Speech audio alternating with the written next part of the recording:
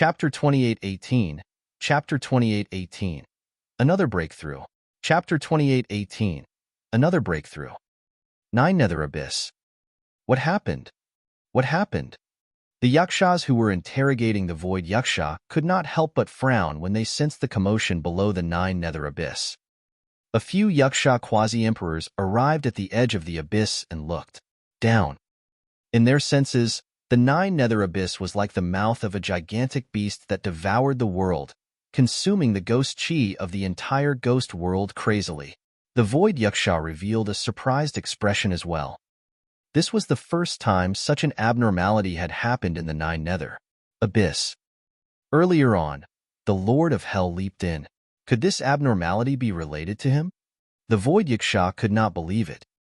Logically speaking, the Lord of Hell should have long been burned into a skeleton by the Nether Ghost fire and died. Did you guys witness that human leaping into the abyss with your own eyes? A Yaksha quasi-emperor turned around and asked in a deep voice as he looked at his surrounding clansmen. There's no mistake. That human's temperament was rather unyielding, and he committed suicide. Here. Many Yakshas replied hurriedly. Humph. Another quasi-emperor sneered. What unyielding temperament? If he falls into my hands, he'll wish he was dead. Dying in the 9 Nether Abyss is letting him off too easily. Before his sentence was finished, a loud bang sounded from below the abyss. Immediately after, the ground shook. The Yakshas standing at the edge of the abyss were caught off guard and staggered. In their shock, they soared into the air and looked towards the 9 Nether Abyss. Phew! The next moment, a searing and ferocious flame spewed out from below the 9 Nether Abyss and devoured a Yaksha quasi-emperor who could not dodge in time like a volcano. The Yaksha quasi-emperor burned with flames and let out a tragic cry. He hurriedly propped up his perfected grotto heaven and channeled his bloodline, wanting to defend against the flames from the abyss.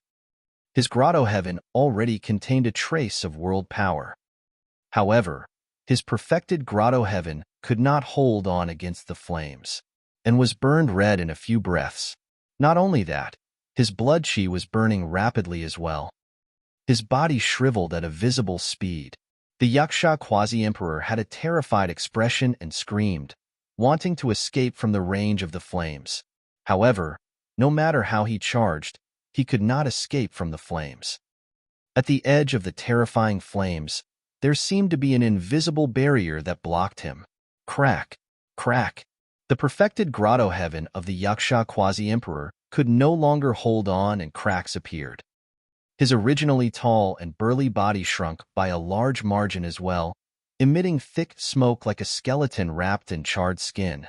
Before long, under the horrified gazes of countless Yakshas, the Yaksha quasi-emperor was burned to ashes by the flames spewing out from the bottom of the abyss. Pissed, many Yakshas were secretly shocked and horrified. In just a few breaths, a quasi-emperor expert was burned to death.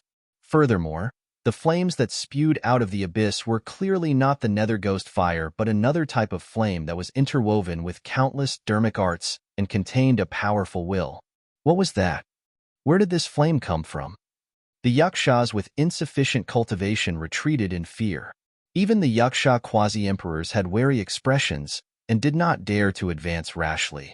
Even the Yaksha quasi-emperor could not defend against it earlier on. Even if they went forward, it would be useless. Only the Void Yaksha looked at the flames in the abyss in deep thought. The will contained in the flames was familiar, as though it was the ruler of the world. It was incomparably domineering and unshakable, as though it came from the Lord of Hell. However, the Lord of Hell's purgatory could at most kill Yakshas with perfected grotto heavens. It should not be able to trap a quasi-emperor. However, even quasi-emperors could not withstand the flames in front of him. Could it be that the Lord of Hell is not dead? Suddenly, the Void Yaksha recalled the meaningful words the martial Tao Prime Body said to him before leaping into the 9 Nether Abyss. Although he did not know what happened in the 9 Nether Abyss, the Void Yaksha could vaguely sense that the terrifying flames should be related to the martial Tao Prime Body. When the martial Tao prime body entered the martial domain realm and had just attained lesser mastery of it, he could sweep through the Grotto Heaven realm and suppress all Grotto Heaven kings. Now that he was at greater mastery of the martial domain realm and the might of the martial Tao purgatory had increased exponentially, he could completely suppress quasi-emperor experts. However, the advancement of the martial Tao prime body had not stopped. The martial Tao prime body had long condensed the essence martial Grotto Heaven. However, although he absorbed and refined some Grotto Heavens in the battle in the Builder Tree Mountain range, he was far from breaking through. Later on, when he fought in the Hell world to become the Lord of Hell, he devoured some Grotto Heavens again, including 2 perfected Grotto Heavens of quasi-emperors. However, he did not have the chance to refine and absorb them after devouring them. Earlier on, in the battle at the edge of the abyss, the martial Tao prime body killed dozens of Yaksha kings and fused their Grotto Heavens into his body once more. Now that he had attained greater mastery of the martial domain realm, the essence martial Grotto Heaven circulated as well and absorbed and digested the dermic Taos condensed in the many Grotto Heavens crazily. Under normal circumstances, although the martial Tao prime body had already mastered 6 types of supreme flames, he could not refine and absorb so many Grotto Heaven dermic Taos in a short period of time. However, this place belonged to the 9 Nether Abyss, and the Nether Ghost fire burning around it had reached the Emperor realm. The martial Tao prime body was limited by his cultivation realm, and the Nether Ghost fire he controlled had yet to reach the Emperor realm. However, he could make use of the surrounding Nether Ghost fire to help him refine and devour the Grotto Heavens. That was the true meaning of setting oneself on fire. However, after he comprehended the Nether Ghost fire, the Nether Ghost fire in the 9 Nether Abyss would no longer cause him any harm. With the help of the Emperor-level Nether Ghost fire, the many Grotto Heaven dermic Taos devoured by the martial Tao prime body melted at a terrifying speed. All the essence martial Grotto Heaven had to do was to absorb all the dermic Taos. After greater mastery of the martial Tao purgatory, the essence martial Grotto Heaven grew rapidly as well. The power contained in it rose continuously, finally reaching its peak. Boom! Another deafening bang sounded from the body of the martial Tao prime body. Suddenly, the figure of the martial Tao prime body vanished. Under the cover of the Nether Ghost fire, a dark and deep Grotto Heaven appeared and suddenly expanded like a gigantic black hole of the cosmos. Immediately after, the gigantic and deep Grotto Heaven vanished once more and the figure of the martial Tao prime body reappeared. However, after that short disappearance, the aura of the martial Tao prime body clearly became even more terrifying. It was like the vast starry sloughs and was unfathomable. Greater mastery of the Grotto Heaven realm. The essence martial Grotto Heaven had already transformed into a major Grotto Heaven. The true martial Tao body of the martial Tao prime body was the essence martial Grotto Heaven. Now that the essence martial Grotto Heaven had attained greater mastery, the physique and bloodline of the martial Tao prime body were reborn and HR strength increased exponentially. The martial Tao prime body felt that every single move he made could release a shocking divine power, causing the void to tremble and the weather to change. Even without releasing the martial Tao purgatory, the martial Tao prime body believed that he could fight quasi-emperor experts with just his physique and bloodline. Chapter 28:19. Chapter 28:19. Awakening of the Skeletons. Chapter 28:19. Awakening of the Skeletons. More and more Yakshas and Rakshasas gathered near the 9 Nether Abyss and discussed spiritedly. However, no one dared to approach the abyss. Before the quasi-emperors could figure it out, another loud bang sounded from the depths of the 9 Nether Abyss. The ground shook. This alarmed the entire ghost world. Terrifying auras burst forth from the 2 ghost domains with unrestrained might. The Emperor Realm experts who were originally in seclusion woke up one after another. What happened? 2 figures appeared in succession above the 9 Nether Abyss. Just by standing in midair, the spirit consciousness pressure emitted from their bodies was enough to make one shudder. Even the many kings and quasi-emperors of the ghost world present lowered their heads and knelt on the ground with reverence. In the end, the commotion of the 9 Nether Abyss alarmed the Emperor realm experts of the 2 ghost domains. Lord, a Yaksha quasi-emperor hurriedly recounted what happened in detail. A human? He didn't die in the 9 Nether Abyss? A Yaksha emperor narrowed his eyes slightly. Humph. Another Rakshasa emperor with 8 wings harumphed coldly and said slowly, Lady Ghost Mother is in a deep sleep. If we disturb her, can your Yaksha race bear the responsibility? Stop arguing. Let's deal with that human in the abyss first. The Yaksha emperor said in a deep voice. There's clearly life force fluctuation in the nether ghost fire below the abyss. If the nether ghost fire can't kill him, we'll just kill him personally. The 8-winged Rakshasa said coldly. The flames spewed out by the martial Tao purgatory posed a huge threat to quasi-emperors, but the 2 emperors of the ghost realm were fearless. Boom, boom, boom. The 2 emperors of the ghost world each propped up a world and suppressed the flames burning in the 9 Nether Abyss. The ferocious and terrifying flames earlier on were extinguished rapidly and collapsed continuously under the suppression of the worlds of the 2 emperor experts. The 2 emperor experts of the ghost world descended from the skies with cold gazes and descended into the 9 Nether Abyss. When the nearby Yakshas and Rakshasas saw that, they heaved a sigh of relief and became excited. It was extremely rare for emperor experts of the Yaksha and Rakshasa races to appear at the same time and even join forces to fight enemies. Sight. Emperor experts were still alarmed at the end of the day. The Void Yaksha looked at the figures of the 2 emperor experts and suddenly felt worried for the human. It might not be a bad thing if he's dead. At least he won't suffer the torture of the 2 races. However, if he's not dead, even if he obtains some opportunities below, how can he fight against the 2 emperors? Below the abyss. The martial Tao prime body, who had just broken through not long ago, sensed something amiss very quickly. Right above him, 2 incomparably powerful forces were suppressing him. He had just attained greater mastery of the martial Tao purgatory and could not defend against it at all. It only lasted for a moment before collapsing. The martial Tao prime body frowned slightly. If he was not wrong, the 2 above should be emperor experts of the ghost world. Only the power of the emperor realm could suppress his martial Tao purgatory. Suddenly, the figure of the martial Tao prime body turned blurry and his eyes darkened.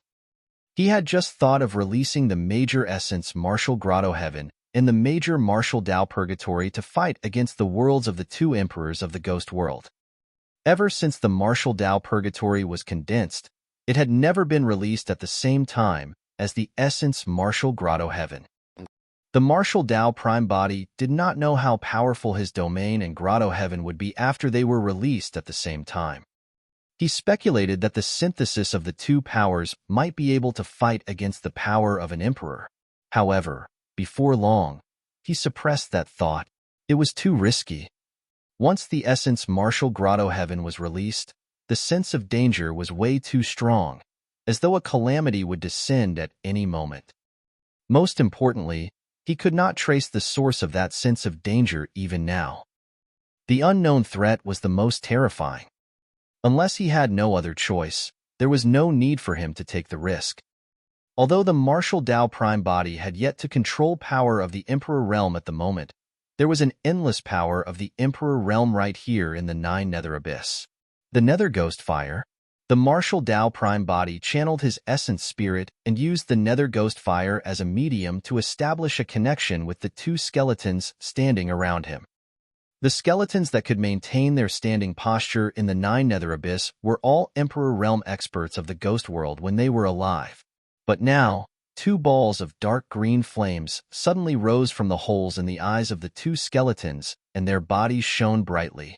Instantly, the 2 Emperor Realm skeletons seemed to have recovered their vitality and roared into the skies. The bones in the 9 Nether Abyss had been burned by the Nether Ghost Fire all year round. From a certain perspective, they had already been tempered into weapons and become a part of the Nether Ghost Fire. After the martial Tao Prime body comprehended the Nether Ghost Fire, he could use it to control the skeletons in the 9 Nether Abyss.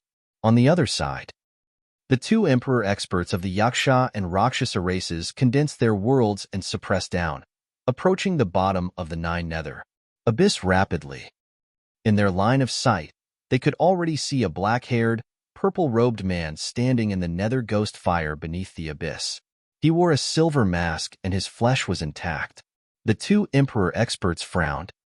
Even with their cultivation realms, they did not dare to be so careless and had to release a world to defend against the Nether Ghost Fire beneath the 9 Nether Abyss. What was up with this human? Right then, the 2 skeletons standing closest to the purple-robed man suddenly woke up. The Nether Ghost Fire that was initially fine burned fiercely, and the flames intensified. Immediately after, 2 skeletons surrounded by flames reared their heads and roared into the skies. They turned around abruptly and glared at the 2 Emperor experts in midair. 2 balls of dark green flames burned in their eyes in a sinister manner. Well, the 2 Emperor experts of the Yaksha and Rakshasa races felt a chill run down their spines when they were targeted by the 2 skeletons with bewildered expressions. The 2 Emperors of the Ghost World saw it clearly. The 2 skeletons below were Emperor Realm experts back then as well. One of them was even of the Rakshasa race and had 8 bone wings on his back. It was extremely obvious. The 2 Emperor Realm skeletons had died for many years. Why would they suddenly wake up? Furthermore, why were they so hostile towards them? Boom! Right then, the 2 Emperor Realm skeletons below suddenly moved. Among them, the Yaksha Emperor skeleton stomped heavily on the ground and crushed countless corpses. He soared into the sky and pounced towards the Yaksha Emperor. The other Rakshasa Emperor skeleton burned with dark green flames. It flapped its 8 wings and soared into the air, charging towards the Rakshasa Emperor at an even faster speed. The expressions of the 2 Emperor experts of the Yaksha and Rakshasa races changed starkly. If there were only 2 Emperor Realm skeletons, they would not pose much of a threat to them. Although the bones of the Emperor Realm were tough, without flesh and blood, their strength was greatly reduced. Coupled with the fact that they were already dead with their essence spirits destroyed, they could not create worlds and the combat strength they could unleash was limited. However, those 2 Emperor Realm skeletons burned with the Nether Ghost Fire that contained a terrifying might and could threaten them. Chapter 28:20 Chapter 28:20 Sigh in the Darkness Chapter 28:20 Sigh in the Darkness The 2 Emperor experts of the Yaksha and Rakshasa races did not dare to be careless. They propped up a world and suppressed the 2 Emperor Realm skeletons that were burning with Nether Ghost Fire. Boom! Boom! Accompanied by 2 loud bangs, the power of the Emperor Realm collided and erupted with a gigantic gray halo that spread rapidly. The void beneath the abyss collapsed and shattered instantly. After all, the 2 Emperor Realm skeletons did not have a world to protect them. They were suppressed by the 2 great Emperor Realm experts and fell heavily on the pile of bones. However, they could not sense pain or fear at all. Under the control of the martial Tao Prime body, they stood up rapidly and charged forward once more. Boom! Boom! Boom! The 2 Emperor experts of the Yaksha and Rakshasa races fought against the 2 skeletons continuously below the abyss in an intense battle. It was difficult for the 2 Emperor Realm skeletons to fight against 2 Emperor Realm experts head-on. However, every time they exchanged blows head-on, the world supported by the 2 Emperor Realm experts would be tainted by the Nether Ghost Fire, and their strength would weaken continuously. At the same time, there was endless malevolent chi under the 9 Nether Abyss. The Nether Ghost Fire on the 2 Emperor Realm skeletons was nourished by the malevolent chi and would not be extinguished. Instead, the flames burned even more vigorously. As time passed, the 2 Emperor Realm experts gradually fell into a disadvantageous position. Of course, it was unrealistic for him to kill 2 true Emperor Realm experts with the help of the Nether Ghost Fire in the Abyss and the 2 Emperor Realm skeletons. When the Rakshasa Emperor saw how long it was taking to get through, His gaze shifted to the martial Tao prime body, and he said slowly, "Human, this is the ghost world. You can't escape it all. It's best if you surrender." The Yaksha Emperor grinned sinisterly as well. "Human, you've killed so many of my clansmen. I'll let you have a taste of the torture of the ghost world." The expression of the martial Tao prime body turned cold as he channeled his spirit consciousness. Beside him, two balls of flames suddenly rose from the eyes of two other Emperor Realm skeletons, and their bodies shone brightly. Boom! Boom! Two more Emperor Realm skeletons woke up and charged towards the two Emperor experts to join the battlefield. When the two Emperor experts saw that, their expressions changed and they let out a long roar as they fought and retreated. They were already struggling against two Emperor Realm skeletons bathed in the Nether ghost fire, let alone four of them working together. Right then, a crack suddenly opened above the abyss. A beautiful shadow with a voluptuous figure walked out with a flower cage in her hands. Her entire body emitted a faint glow, and her skin was as fair and delicate as ivory. She had moon-like eyebrows and starry eyes, and had an extraordinary appearance. The woman looked no different from a human. However, the moment she appeared, more than half of the Nether ghost fire on the four Emperor Realm skeletons was extinguished. An Emperor Realm expert. Furthermore, this should be a top Emperor Realm expert of the ghost world. Greetings, Rakshasa Kudadanti.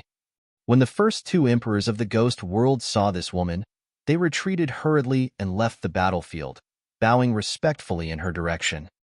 The martial Tao prime body nodded to himself when he saw that. In the Rakshasa race, men were incomparably ugly while women were as beautiful as fairies. The Void Yaksha had once mentioned to the martial Tao prime body that the Rakshasa race was ruled by 10 female Rakshasas. If even two emperor experts of the ghost world were so respectful, there was a high chance that this person was one of the 10 female Rakshasas. Although the martial Tao prime body had yet to advance to the Emperor realm, he could guess that there were strong and weak Emperor realm experts as well. For example, Emperor Bo Sun and Fiend Emperor Apocalypse, who he had interacted with, were the top experts of the Emperor realm. As for the two emperors of the ghost world earlier on, they were ordinary emperors. There was a high chance that Rakshasa Kudadani's combat strength was comparable to Emperor Bo Sun and Fiend Emperor Apocalypse. "What are you guys doing here?" Rakshasa Kudadanti looked at the two emperors of the ghost world coldly and said in an icy tone, "Aren't you afraid of disturbing Lady Ghost Mother by causing such a huge commotion?" Rakshasa Kudadanti. The Yaksha Emperor hurriedly recounted what happened earlier on and pointed at the martial Tao prime body below the abyss. "It's this human. Dozens of Yaksha kings died in his hands." Trash. Rakshasa Kudadanti's expression did not change at all as she sneered. Thereafter, Rakshasa Kudadanti's gaze shifted to the martial Tao prime body. She looked down from above and said slowly, "To think that you can survive the Nether ghost fire. You have some skills. Let me give it a try." The moment she said that, Rakshasa Kudadanti moved and lunged towards the martial Tao prime body. The martial Tao prime body did not dare to be careless. He controlled the four Emperor Realm skeletons and had them join forces as shields against Rakshasa Kudadanti. At the same time, he sent out his spirit consciousness to awaken the other Emperor Realm skeletons below the abyss. It would probably be difficult for the four Emperor Realm skeletons alone to defend against Rakshasa Kudadanti. Indeed. Rakshasa Kudadanti sneered and spun in the direction of the four Emperor Realm skeletons with the flower cage in her hands. The flower cage seemed to have turned into a bottomless vortex that emitted an unstoppable power that swallowed the four Emperor Realm skeletons. The martial Tao prime body severed his connection with the four Emperor Realm skeletons instantly. The world of Rakshasa Kudadanti was in that flower cage. The martial Tao prime body willed. Phew, phew, phew. Below the abyss, more than 10 Emperor Realm skeletons stood with two balls of flames burning in their eyes. The Nether ghost fire on their bodies intensified, and they all woke up. More than 10 Emperor Realm skeletons attacked at the same time and surrounded Rakshasa Kudadanti. Rakshasa Kudadanti frowned. She released the flower cage in her hand again and continued to devour the Emperor Realm skeletons that were charging over. The martial Tao Prime body stretched his arms and stood on the Nether ghost fire. He floated in midair and channeled his spirit consciousness crazily, spreading endlessly below the abyss, trying his best to awaken all the Emperor Realm skeletons in the abyss. Rumble. Instantly, the 9 Nether abyss swayed and countless boulders rolled down. Many corpses that had died for a long time were bathed in the Nether ghost fire and woke up one after another. They reared their heads and roared, letting out a soul-stirring wail. When she saw that, the expression of Rakshasa Kudadandi changed as well. It was not a problem for her world to devour more than 10 Emperor Realm skeletons. However, if all the corpses and skeletons below the abyss woke up with Nether ghost fire on them, her world would not be able to withstand it either. More importantly, the commotion here was way too great. Right then, a shuddering aura burst forth from the direction of the river of life, as though an incomparably terrifying existence had awakened. The corpses and skeletons that were originally howling in the 9 Nether abyss shut their mouths one after another as though they were shocked. The martial Tao Prime body looked in the direction of the river of life instinctively as well. There was only endless darkness over there. However, in the endless darkness, it was as though an indescribable shadow had risen. It was boundless, as though it was looking down on the entire ghost world. Near the 9 Nether abyss, be it the Yaksha or Rakshasa races, be it their cultivation realms, they revealed reverence and fear and knelt on the ground one after another. Even Rakshasa Kudadandi knelt down. Sigh. In the direction of the river of life, at the end of the 9 Nether abyss, a faint sigh sounded from the endless darkness. In the 9 Nether abyss, the Nether ghost fire on the many corpses and skeletons that had just woken up was extinguished. Chapter 28-21. Chapter 28-21. Brahma Ghost Mother. Chapter 28-21. Brahma Ghost Mother. With just a sigh, even the Nether ghost fire in the 9 Nether abyss could not withstand it. From top to bottom of the 9 Nether abyss, countless ghosts knelt on the ground, not daring to move or even raise their heads.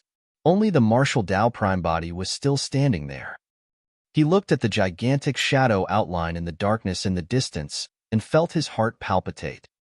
That power was enough to kill him. Even if he summoned the essence Martial Grotto Heaven, Hell Suppression Tripod, and activated the Netherworld Treasure Mirror by sacrificing his essence blood completely, he might not be able to defend against it. Great Emperor. Those 2 words that were extremely heavy flashed through the mind of the Martial Tao Prime body. After his Martial Domain Realm and the essence Martial Grotto Heaven broke through to greater mastery, although his combat strength was still unable to fight against Emperor experts head-on, he could already vaguely see the threshold of the Emperor Realm. But now, facing the shadow in the distance, he could only sense that it was out of reach. Was this the Lord of the Ghost World, Brahma Ghost Mother? The difference was way too great. If that Sigh could extinguish the Nether ghost fire, it could naturally extinguish the martial spirit fire in his consciousness with ease. Why is it so noisy? A voice sounded from the endless darkness. It was hoarse and had a hint of vicissitudes, as though the owner of the voice was very old. The entire ghost world was silent. That was the only voice echoing in the vast world. Rakshasa Kudadandi still maintained her kneeling posture. She glared at the 2 ghost realm emperors not far away and gestured for them to speak. Lady Ghost Mother. The 2 emperors of the ghost world recounted everything that happened in detail hurriedly. After saying that, there was no sound for a long time, as though Brahma Ghost Mother had fallen asleep again. However, all the ghosts knew that their mistress was watching them from the end of the darkness. That terrifying aura was still enveloping the entire ghost world. Oh! After an unknown period of time, Brahma Ghost Mother's voice sounded again. Ugly slave, you're still alive? The Void Yaksha shuddered in fear when he heard that. Hello, Lady Ghost Mother. I was lucky to survive and brought that human back here with no ill intentions.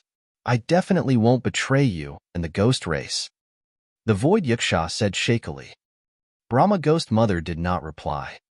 Suddenly, The martial Tao prime body felt his hair stand on end and his scalp tingle. Although he could not see anything, his spirit perception told him that Brahma Ghost Mother's gaze was already on him. In the endless darkness, Brahma Ghost Mother was watching him. The new Lord of Hell? Fufu. Brahma Ghost Mother actually laughed and murmured, "Do you believe you're the person he mentioned?" The martial Tao prime body frowned slightly. What did Brahma Ghost Mother mean by that? Who was he? There were others who mentioned him to Brahma Ghost Mother. Before the martial Tao prime body could react, the darkness in the distance surged continuously and a large shadow enveloped down, as though it had transformed into a gigantic ghost hand that grabbed towards him. Enveloped by the ghost hand, the martial Tao prime body could not move at all and could only watch helplessly as the ghost hand descended. The ghost hand appeared above his head and suddenly stopped, shrinking slightly. The chest of the martial Tao prime body exploded and blood spewed out. Immediately after, a dark light flashed and was forcefully pulled out of his body, landing in the palm of the pitch-black ghost hand. The Netherworld treasure mirror. That treasure could not be placed in the storage bag and was placed in the Essence Martial Grotto Heaven by the martial Tao prime body. To think that Brahma Ghost Mother seemed to be able to see through something and grabbed the Netherworld treasure mirror out of his body. Ugh, Brahma Ghost Mother's voice sounded. "This ancient mirror is indeed with you?" The Yaksha Emperor volunteered bravely and said in a deep voice, "Lady Ghost Mother, there's no need for you to kill a human ant personally. Leave it to us." "Who said that I'm going to kill him?" Brahma Ghost Mother asked. Huh. The ghosts in the 9 Nether abyss were stunned. The pitch-black ghost hand relinquished its grip and sent the Netherworld treasure mirror back into the body of the martial Tao prime body. The ghost hand dissipated and vanished. The Yaksha Emperor was puzzled and could not help but ask, "Lady Ghost Mother, this human killed dozens of Yaksha kings and disturbed your rest just now. Are you questioning me?" Before the Yaksha Emperor could finish, Brahma Ghost Mother interrupted him. Her tone was calm, but it sounded hair-raising. The Yaksha Emperor shuddered and shook his head hurriedly. "And no, I was just—" Suddenly, a pitch-black finger extended from the darkness and its nails were long and sharp, piercing the head of the Yaksha Emperor instantly. The Yaksha Emperor's face was filled with fear and his eyes widened. An Emperor expert's essence spirit was destroyed and he died on the spot with grievances. The surrounding ghosts trembled in fear and did not even dare to breathe loudly. The Void Yaksha felt even more afraid. His initial plan was to lure the martial Tao prime body to Brahma Ghost Mother and use the life of the martial Tao prime body to atone for his crimes. But now, not only did Brahma Ghost Mother not kill the martial Tao prime body, she even killed the Yaksha Emperor. As a bystander, the martial Tao prime body was secretly shocked as well. An Emperor Realm expert who was almost a peak existence in the medium Kiliacosm was killed by Brahma Ghost Mother so easily. To be precise, what the Yaksha Emperor did earlier on could not be considered as questioning at all. He was merely clarifying his doubts. However, Brahma Ghost Mother killed him instantly without giving him a chance to explain. In fact, the martial Tao prime body even had an illusion. Brahma Ghost Mother killed the Yaksha Emperor as though she was crushing an ant. "What's your name?"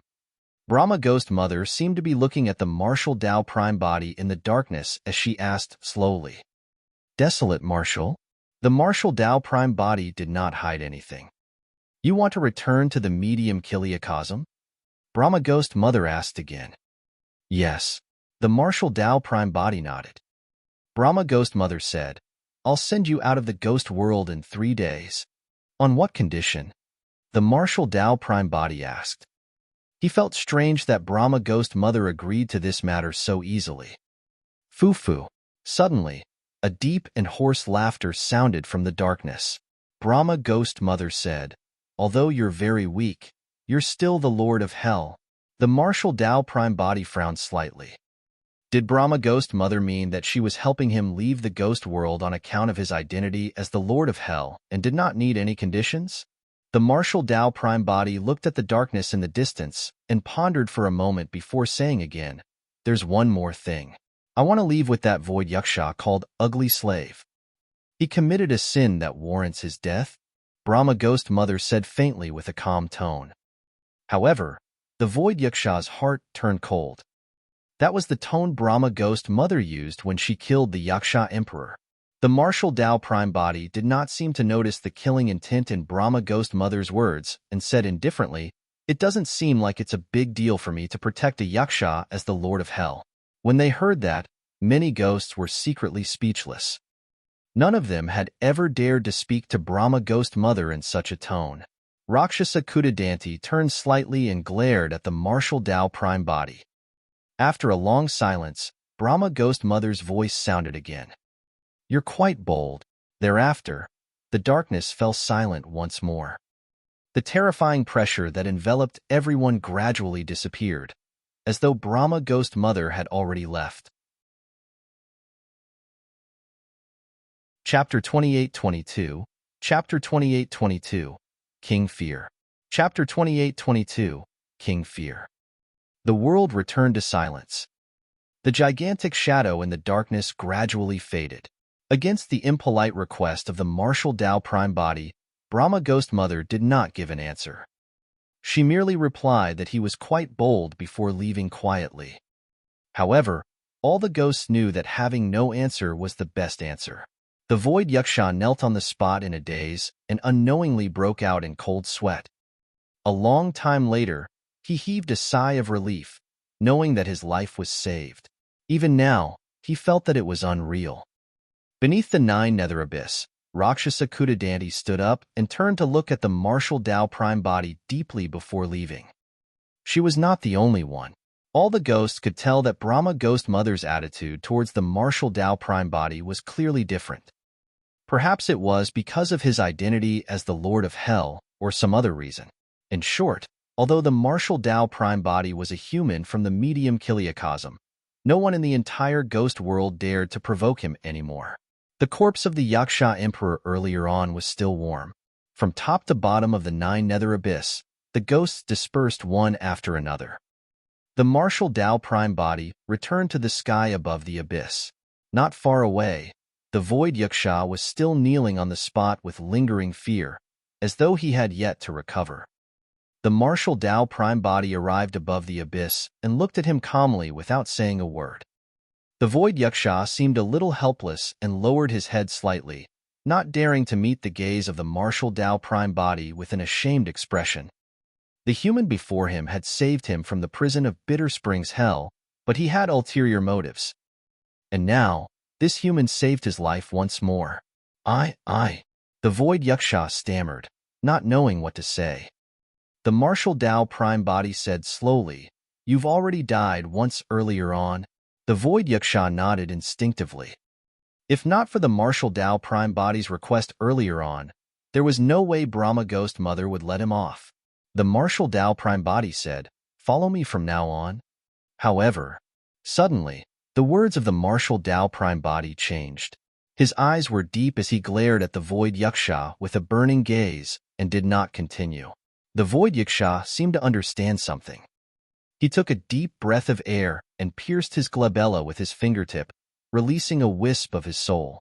He lowered his head and raised it with both hands, handing it to the martial Tao Prime Body. "Thank you for giving me a new life, Master. If I harbor any ill thoughts in the future, my soul shall be completely destroyed by the world." The void yaksha chanted a secret incantation, and the wisp of soul condensed into an imprint in the void before gradually fading and disappearing. The martial Tao Prime Body nodded slightly. "Since you're following me, I'll bestow you a title." It turned out that the void yaksha was called Ugly Slave. Such a lowly name could not be considered a title at all. It could only be considered a name. "Please grant it to me, Master." The void yaksha kowtowed once more. The martial Tao Prime Body waved his robes and wrote the word "fear" on the ground beneath his feet. He said slowly, "From now on, you will be King Fear." King Fear? Looking at the word in front of him, the void yaksha was at a loss. The martial Tao Prime Body, "I hope that in the future, you'll be fearless. However, you'll be able to instill fear in others." Fear? The void yaksha murmured softly, and his eyes gradually lit up. He revealed his malevolent ghost form once more and grinned excitedly. From now on, I'm King Fear. Compared to ugly slave, King Fear was naturally much more pleasing to the ears. Naturally, the martial Dao Prime Body had long made plans to plead for leniency for the Void Yaksha because he valued his capabilities. Tianhuang's sect had the 7 emotions fiend generals of joy, anger, grief, fear, love, hatred, and desire. Among them, there was Joy Monk Ming Jian, Immortal King Heavenly Wrath Feng Cantian, Grief Flute Fiend Gu Tongyu, Love Zither Fiend Xiu Siluo, Hatred Azura Yen Beichen, and Demoness Ji who represented desire. There had never been any suitable candidate for fear. Back then, the moment the martial Dao Prime Body caught sight of the Void Yaksha, he had already considered this. Not to mention the Void Yaksha's capabilities, his appearance alone was terrifying enough. If he could return to the medium Kiliacosm successfully, the martial Dao Prime Body might not head to the heavenly world. His first destination was still the great wilderness.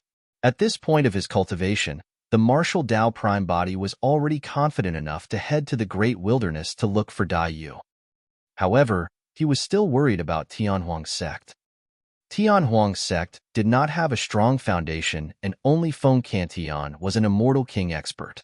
Furthermore, he was only an ordinary immortal king who had condensed a minor grotto heaven and had a shallow foundation.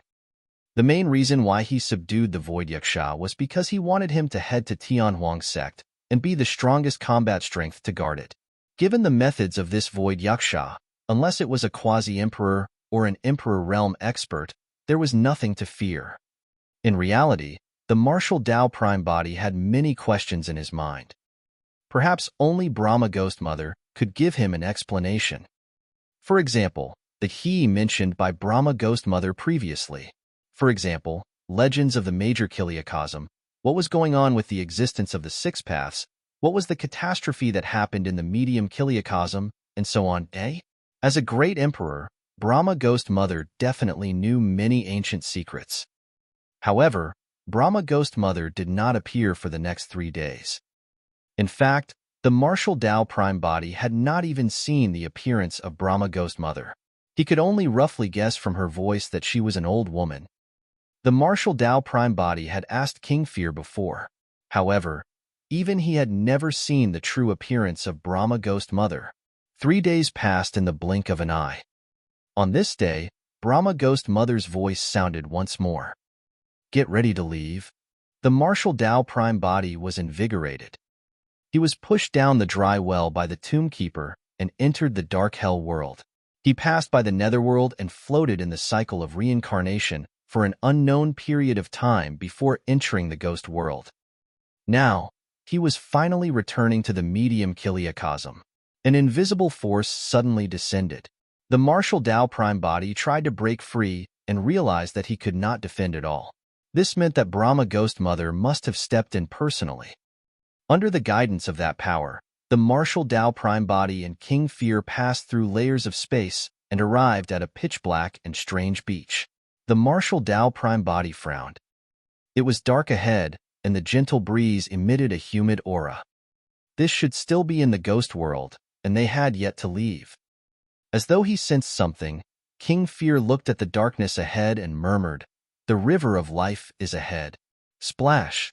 As though in response to King Fear, the sound of water came from the depths of the darkness. An incomparably tall phantom rose slowly from the river and emitted a terrifying aura. It was just a simple action, and the entire world seemed to be unable to withstand it and trembled slightly. Brahma Ghost Mother. The martial Dao Prime Body focused his gaze and tried his best to see the phantom clearly, but he could not see anything. The phantom waved her palm gently, and an ancient altar made of white bones and stained with blood gradually appeared on the beach not far away. Go on up. Brahma Ghost Mother's voice sounded again. The martial Dao Prime Body stood on the altar without hesitation. If Brahma Ghost Mother wanted to harm him, there was no need to go through so much trouble. King Fear hurriedly followed.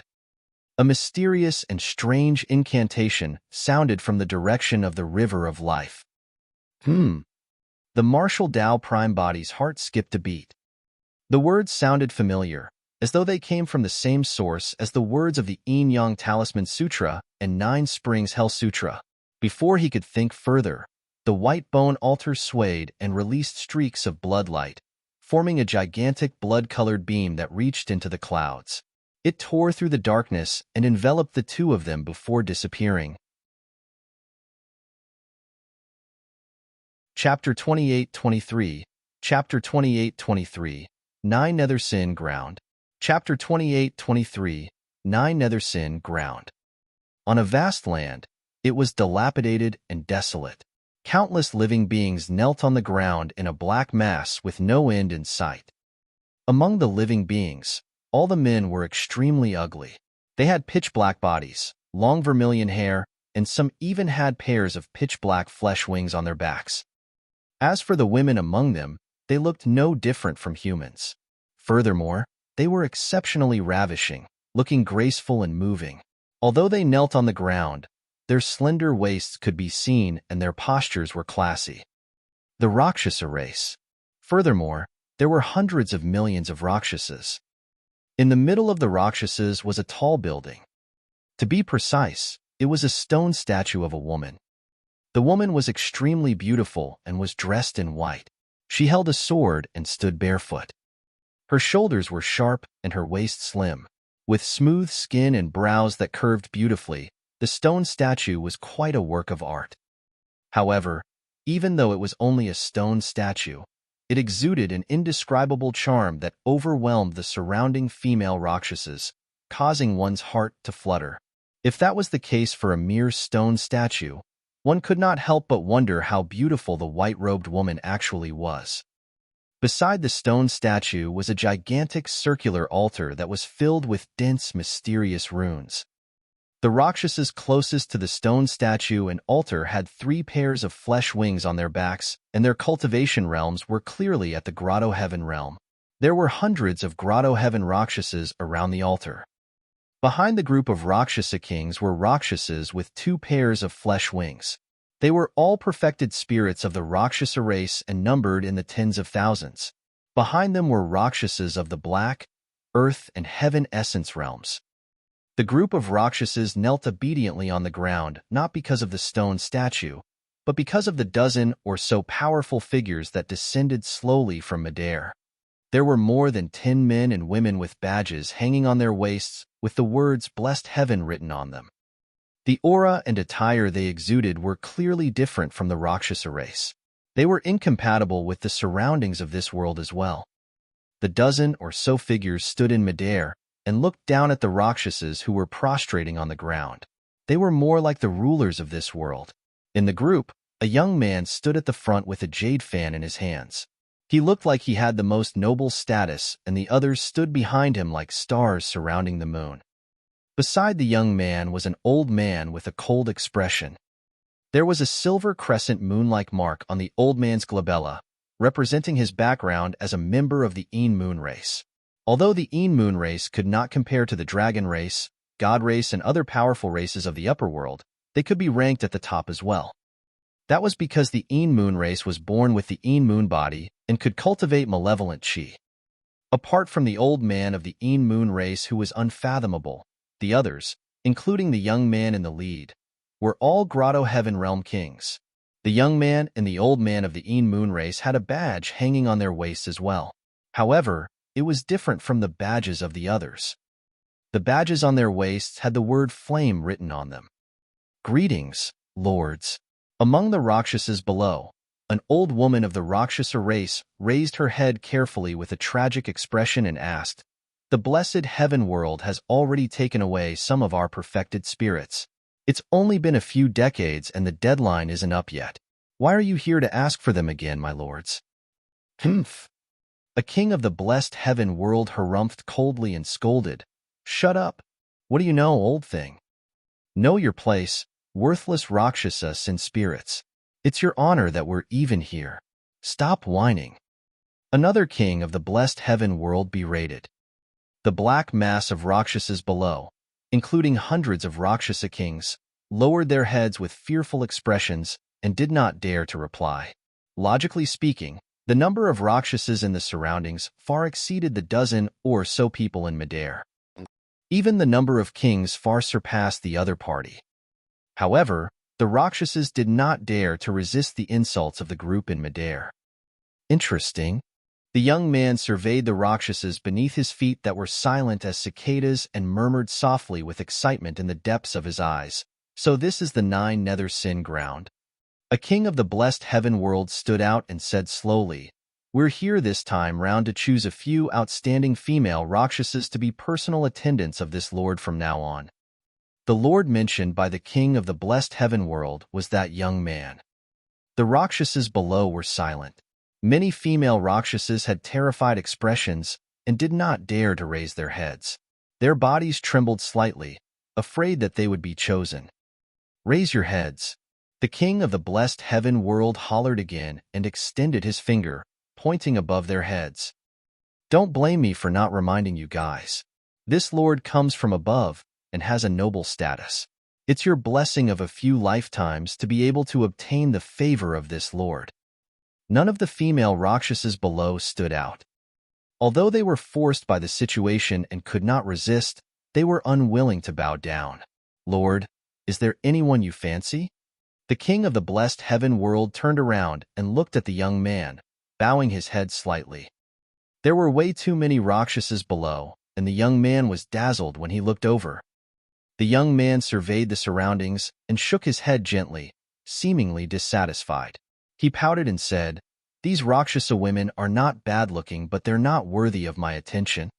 The young man's gaze shifted inadvertently and suddenly landed on the stone statue of the woman. His eyes lit up. Shwa.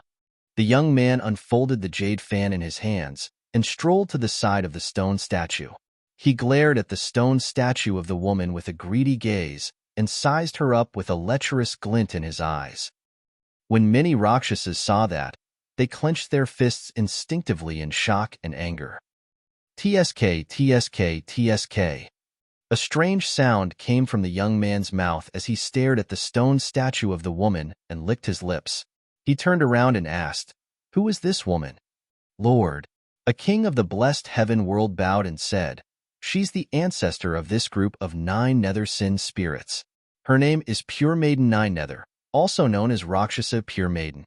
She once created an era. However, she was also the one who tried to defy the heavens and died in defeat. The 9 Nether world was destroyed and her clansmen were implicated as sin spirits for generations to come. She was imprisoned here and could never make a comeback." The young man was enlightened. "Oh, so it's her. I've heard of her before." "Tisk."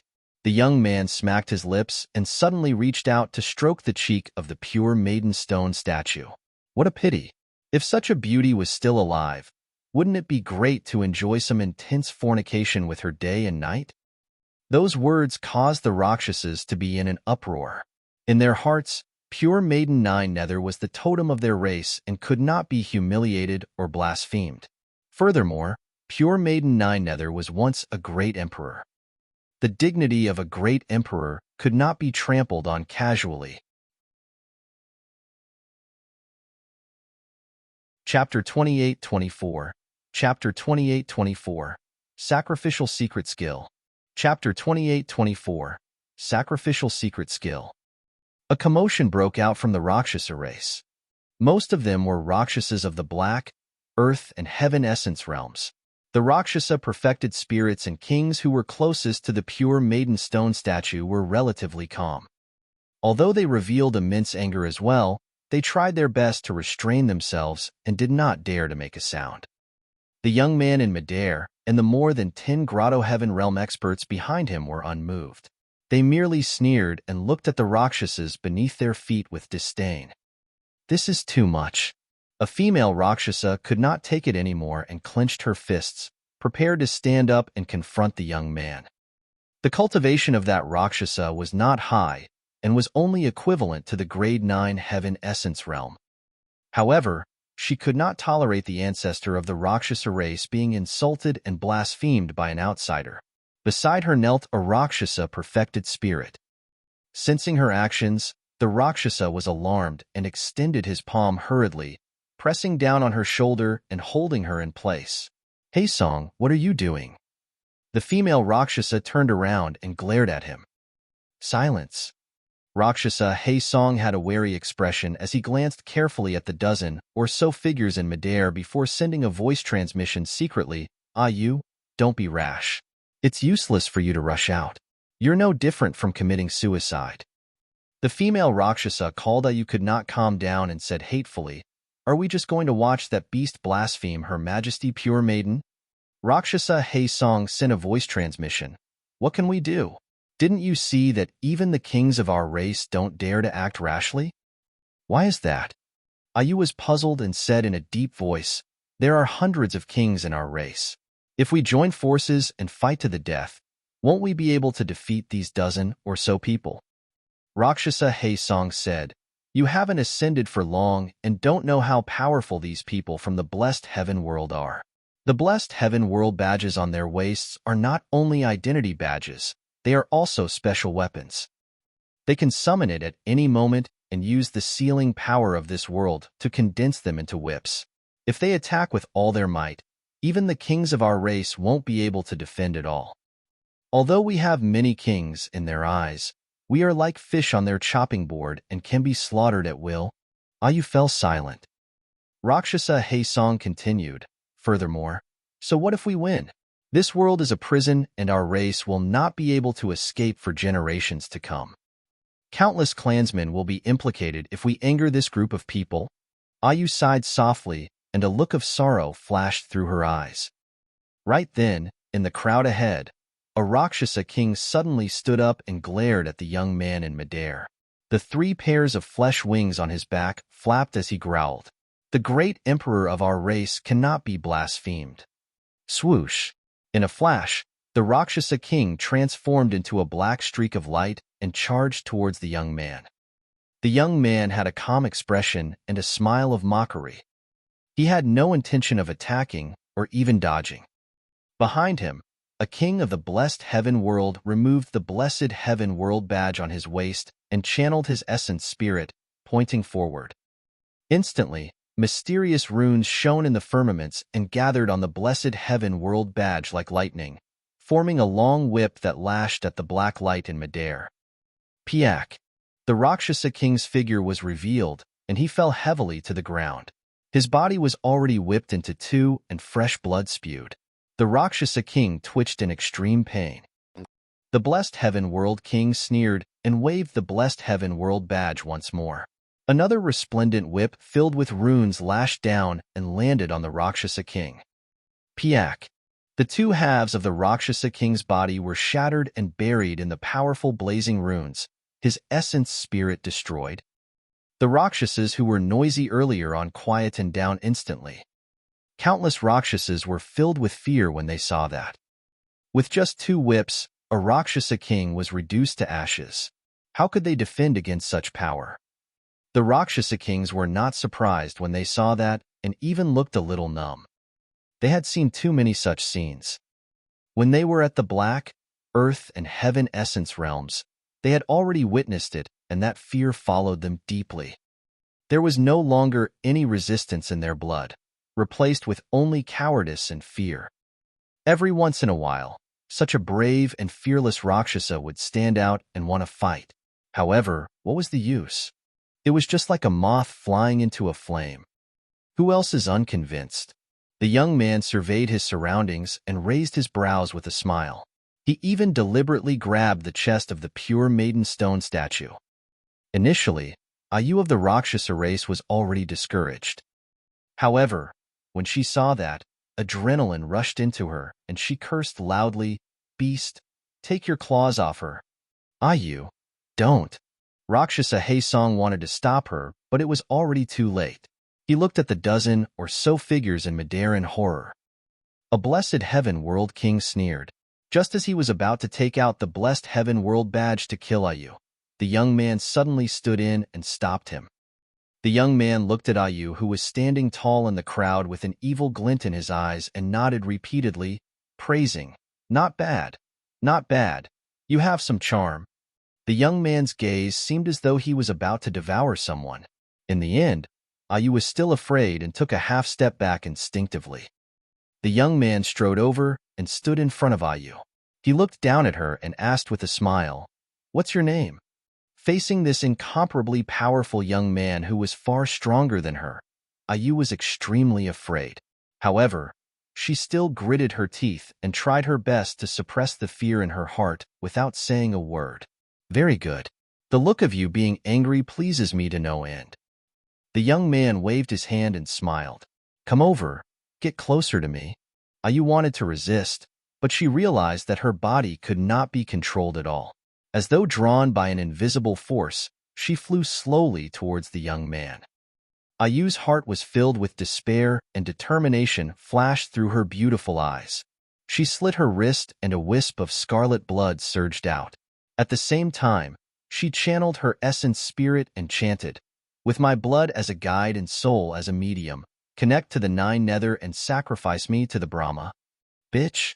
When the young man saw how determined Ayu was, he quickly retracted his smile and cursed. He grabbed Ayu's neck and threw her away. Ayu collided heavily against the pure maiden stone statue and fell onto the sacrificial altar. She coughed out large mouthfuls of blood with a pale expression. However, she did not stop chanting. Her voice was stuttering and her gaze was firm.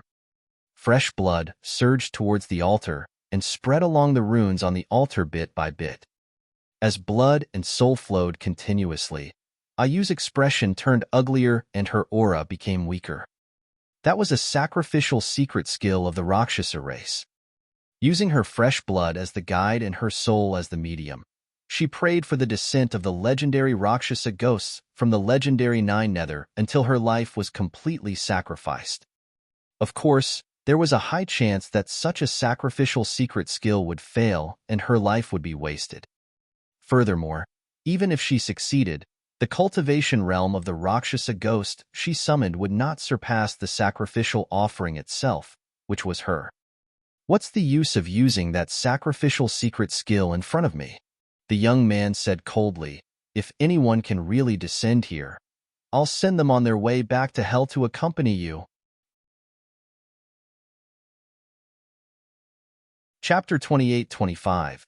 Chapter 28-25. You don't recognize me anymore? Chapter 28-25. You don't recognize me anymore? Self-sacrifice.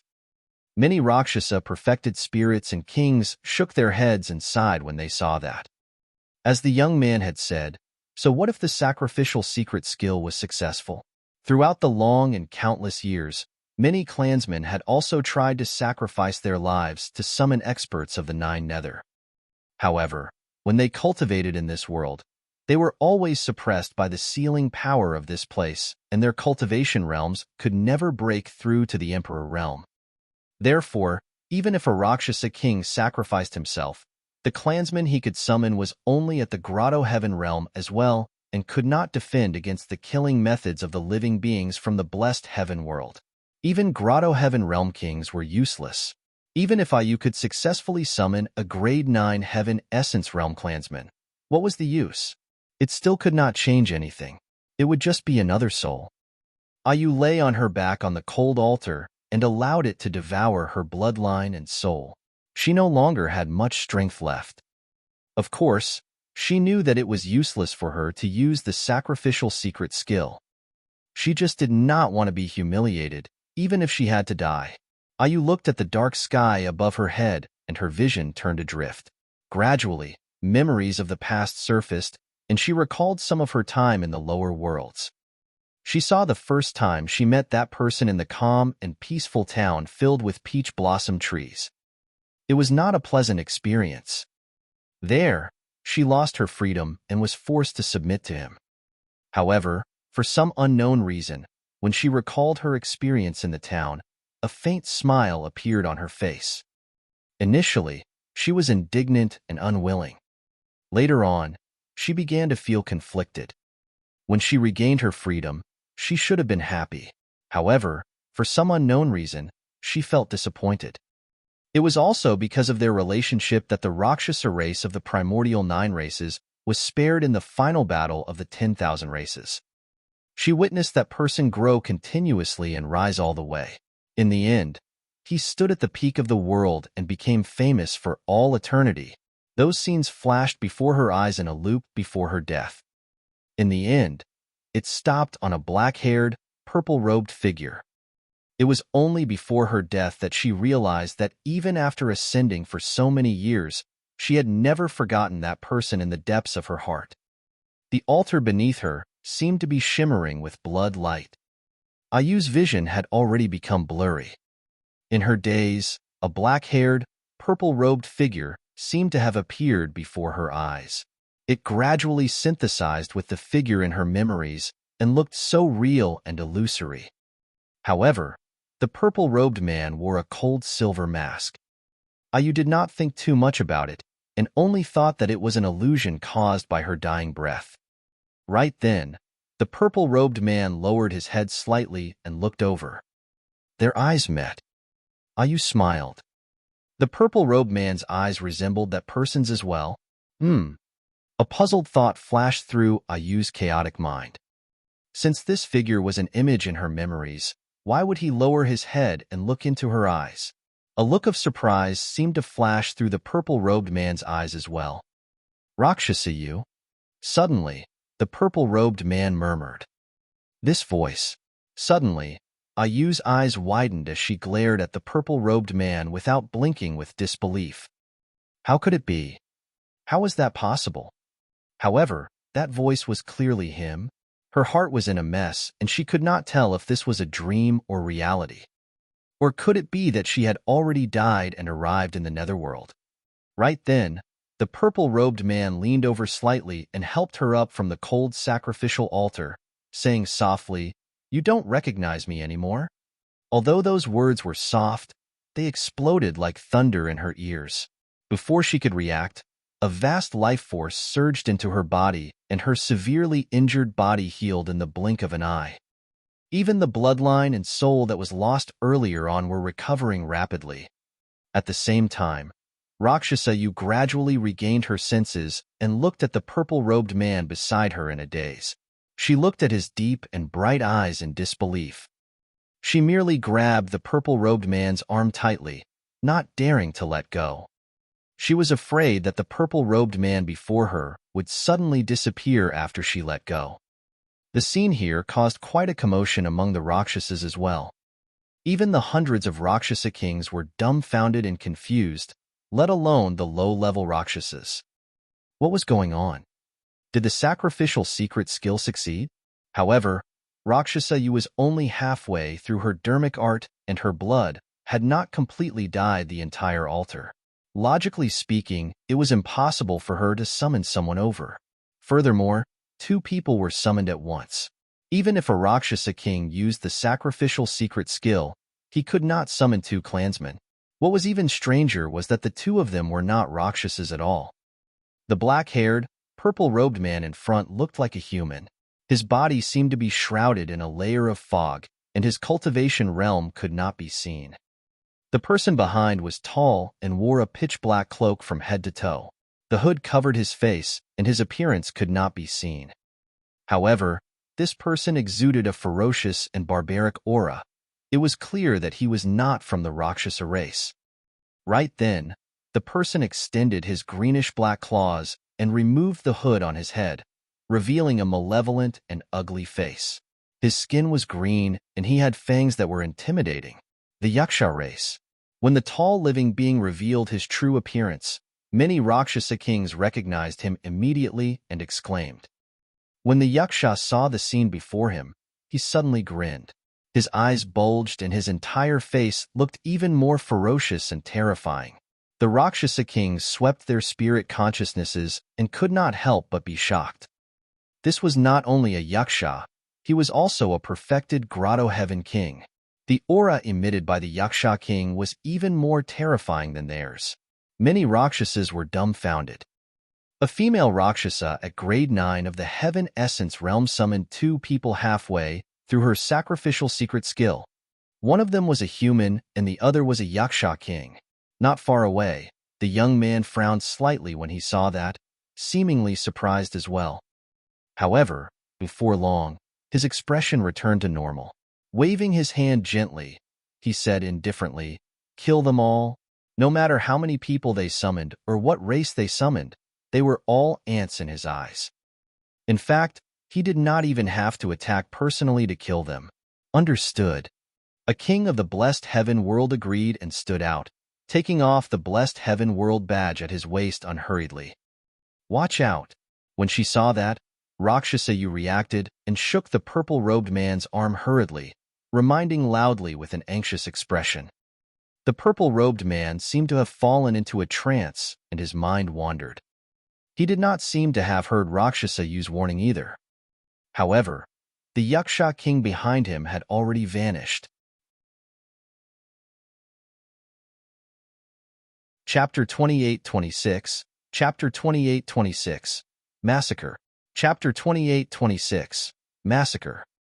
The king of the blessed heaven world had just removed his blessed heaven world badge, and runes gathered to condense into a whip when he realized that someone seemed to be missing from the altar. Why did that Yaksha ghost disappear?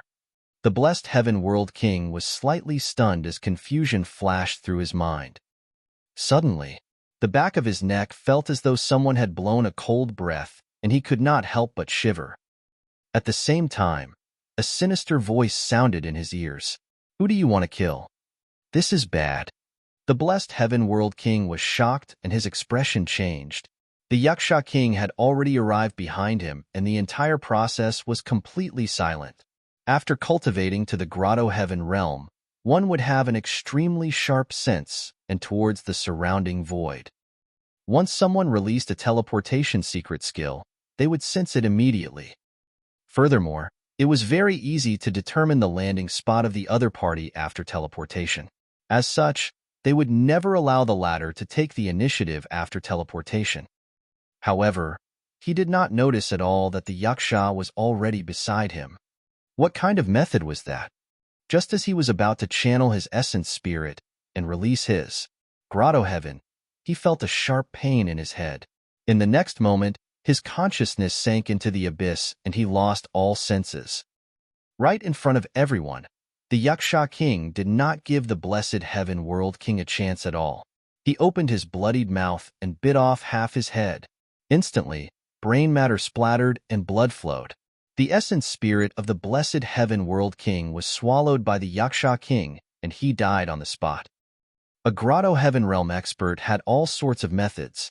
However, he was bitten to death by the Yaksha behind him before he could release even half a move. Everyone in the blessed heaven world had seen countless killing scenes, but they had never seen such a bloody and terrifying scene. The Yaksha chewed on half of the head in large mouthfuls, and his sharp fangs easily pierced and bit through the skull, emitting a terrifying crunch. Scarlet blood flowed slowly from the corner of his mouth and through his teeth. The Yaksha seemed completely unaware of that and merely grinned sinisterly at them. It was way too savage. Everyone from the Rakshasa race exclaimed. Rakshasas and Yakshas came from the same source and were all evil ghosts. They were ferocious and ate flesh.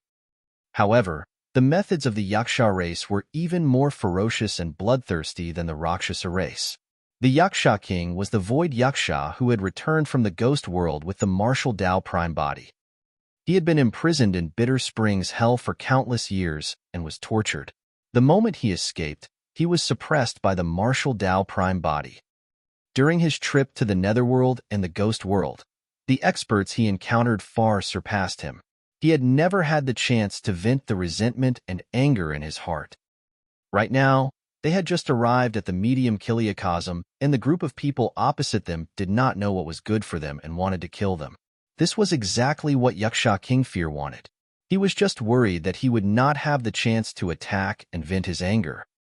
Furthermore, he had just followed his new master and could showcase his capabilities in front of the martial Tao prime body.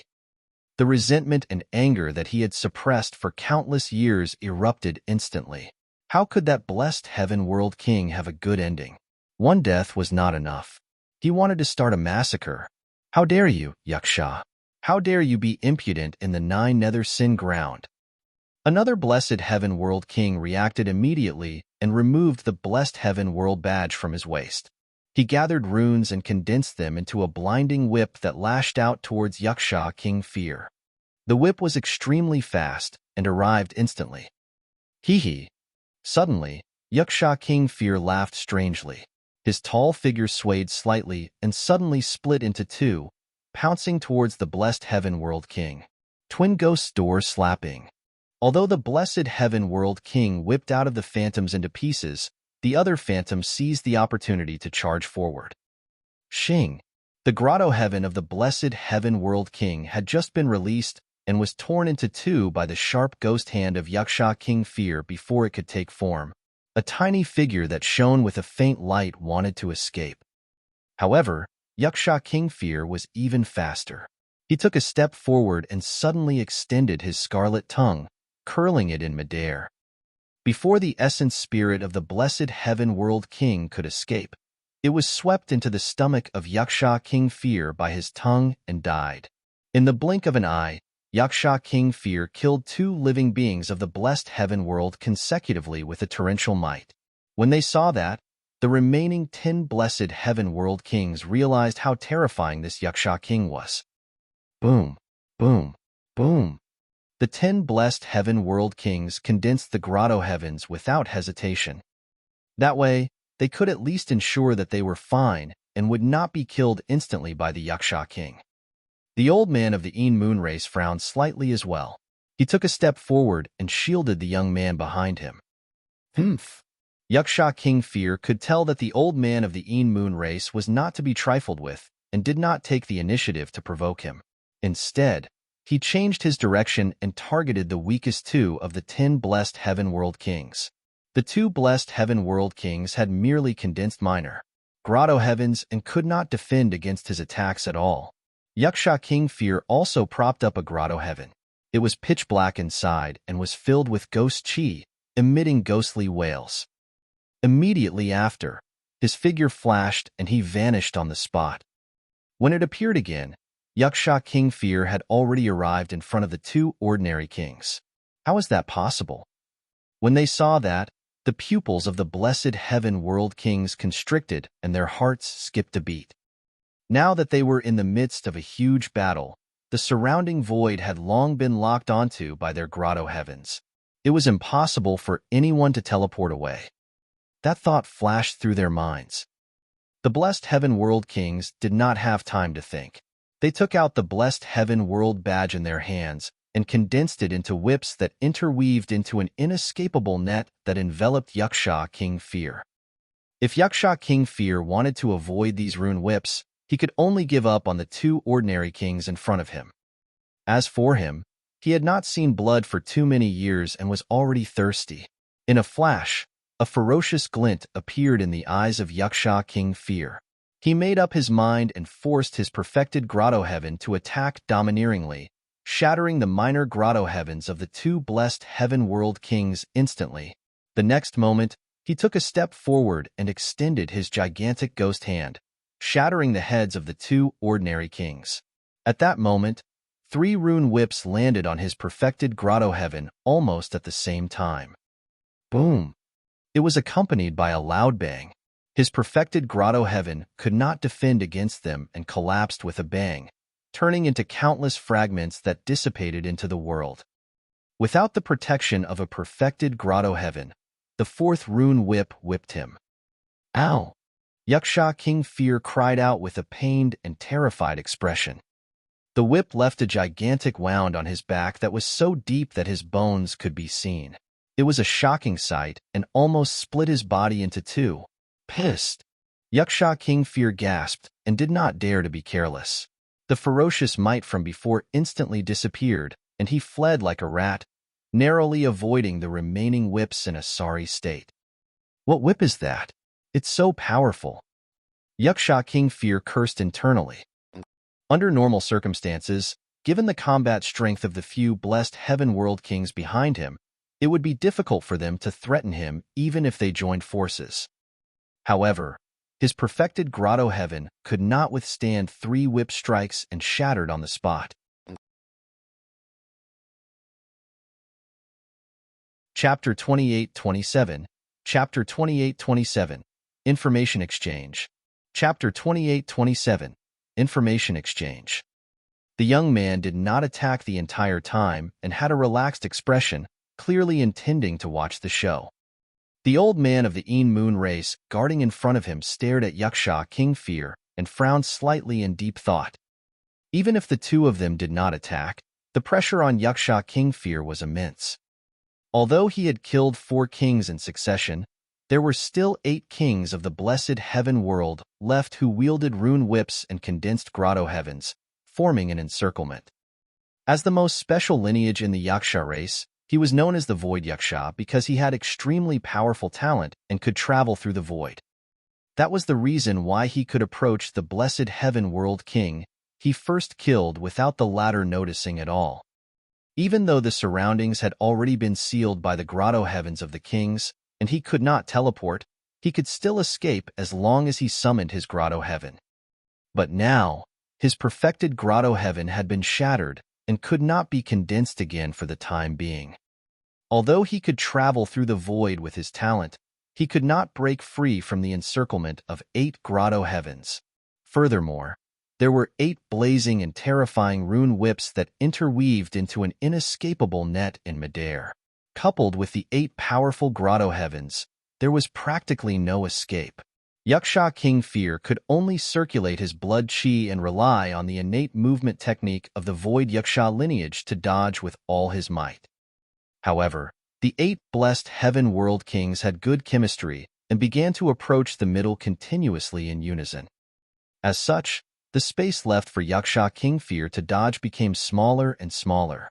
The situation was getting more and more critical. Right then, the old man of the Moon race seemed to have thought of something, and a look of realization flashed through his eyes. I know. This Yaksha is a variant of the Yaksha ghosts, the Void Yaksha. It's said that such Yakshas are rather rare and are born with divine strength. Furthermore, they can travel through the void and enter the netherworld. I see. The young man's eyes darted around, and he suddenly said, "Be gentle. Don't kill him. Just subdue him. I still lack a suitable servant by my side. This Void Yaksha is not bad." Understood. The 8 blessed heaven world kings replied one after another. The light on the rune whips had indeed faded a lot, but their attacks were still sharp and continuously compressed the movement space of Yaksha King Fear. Before long, Yaksha King Fear could no longer dodge. He growled at his surroundings and released his bloodline phenomenon with a ferocious expression. However, the bloodline phenomenon could not defend against the impact of the rune whips and was shattered in the blink of an eye. Piak. The rune whips landed on Yaksha King Fear's body once more and his body split open, instantly leaving a bloodied mark. The power of the whips were clearly lower. However, even so, a sharp pain still came from the whips. Piak, piak, piak. Each time the rune whips lashed down on his face, there would be a large amount of blood splattered. In the blink of an eye, Yaksha King Fear was already covered in injuries. Even so, Yaksha King Fear did not say anything. He endured the pain and glared fiercely at the 8 blessed heaven world kings, wishing he could skin them alive. The torture he suffered in the prison of Bitter Springs Hell was far greater than this. As long as he could survive, this was nothing at all. Among the 8 rune whips, 4 of them bound the limbs of Yaksha King Fear, 3 strangled his waist and abdomen, and 1 locked his neck tightly. Sizzle, sizzle. The power of the mysterious runes was triggered continuously and tore through the flesh of Yaksha King Fear, leaving gigantic wounds on his body. Kneel and submit. A blessed heaven world king shouted and used his rune whip to tug at the neck of Yaksha King Fear, wanting to make the latter lower his head. Yaksha King Fear was fearless. He stood with his head raised and a ferocious gaze. He ground his teeth and let out creaking sounds. He had been imprisoned in the prison of Bitter Springs Hell for many years without submitting. Even after being saved by the martial Tao Prime Body and regaining his freedom, he did not submit. Even though he was suppressed by the martial Tao Prime Body domineeringly and was even beaten until he was convinced, He was unwilling to follow the martial Tao prime body in the beginning. How could the few people before him do it?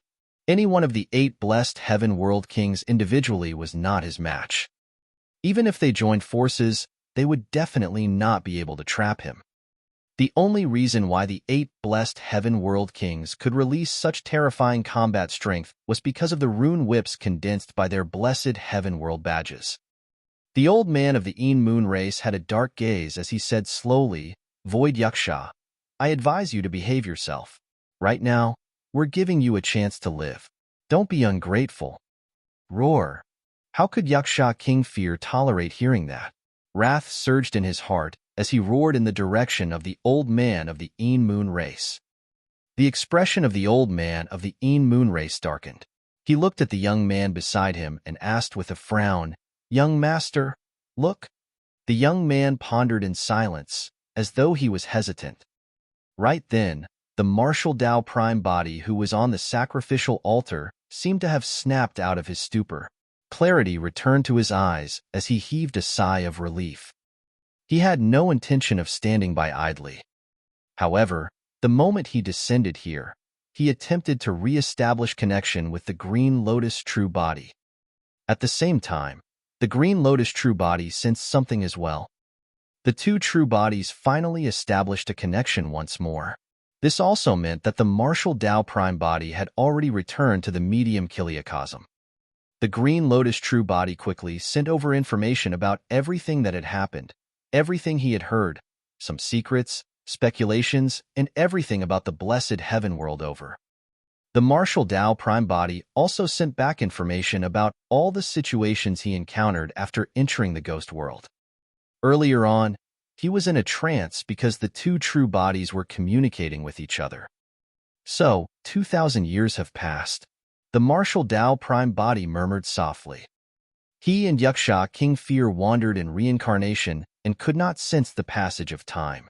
He could only vaguely guess that it seemed to have been 1 or 2,000 years. It was only when he established a connection with the Green Lotus true body again that he was truly certain. The exchange of information between the 2 true bodies was a huge gain for both of them. Many doubts and secrets were gradually revealed in the exchange of information. The 10 sin grounds of the blessed heaven world. The martial Tao prime body looked at his surroundings as though he had comprehended something. The moment he descended, he felt that this place was a little special. Although it was part of the medium kiliacosm, it seemed to have formed a space of its own with unique law restrictions.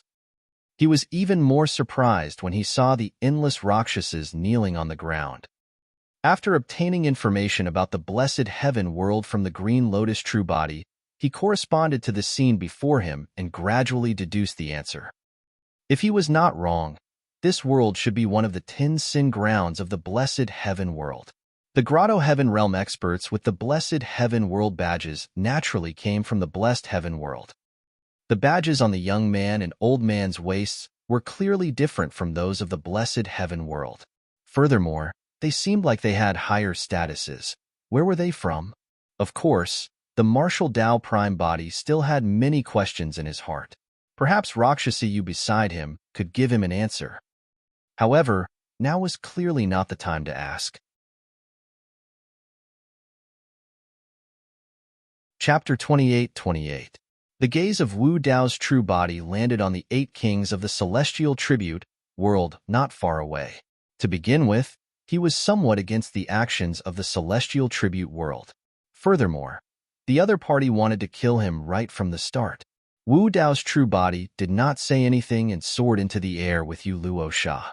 In the blink of an eye, he arrived on the battlefield and punched the grotto heaven of a celestial tribute world king. Bang! Accompanied by a deafening bang, the world seemed to have gone silent. The entire battlefield paused for a moment. The next moment, the grotto heaven collapsed. Right in front of countless gazes, the body of the celestial tribute world king exploded into a blood mist and his body and spirit were destroyed. The vast heaven and earth suddenly fell into a deathly silence. Not a single sound could be heard. Many Rakshasa race beings widened their eyes in disbelief. A peerless king with a grotto heaven was destroyed by this mysterious purple-robed man with a silver mask bare-handed. Even with the protection of the grotto heaven, he could not withstand that punch. What sort of power was that? Although that scene was not as bloody and savage as the Yaksha Fear King biting off half of a king's head, it had an even greater impact on everyone. Wu Dao's Purgatory and Essence Martial Grotto Heaven were cultivated to greater mastery. Even if Wu Dao's true body did not release his martial domain and grotto heaven, his punch could reach the power of a quasi-emperor with just his physical body and bloodline. If he released Wu Dao's Purgatory, he could even suppress and refine a quasi-emperor expert completely.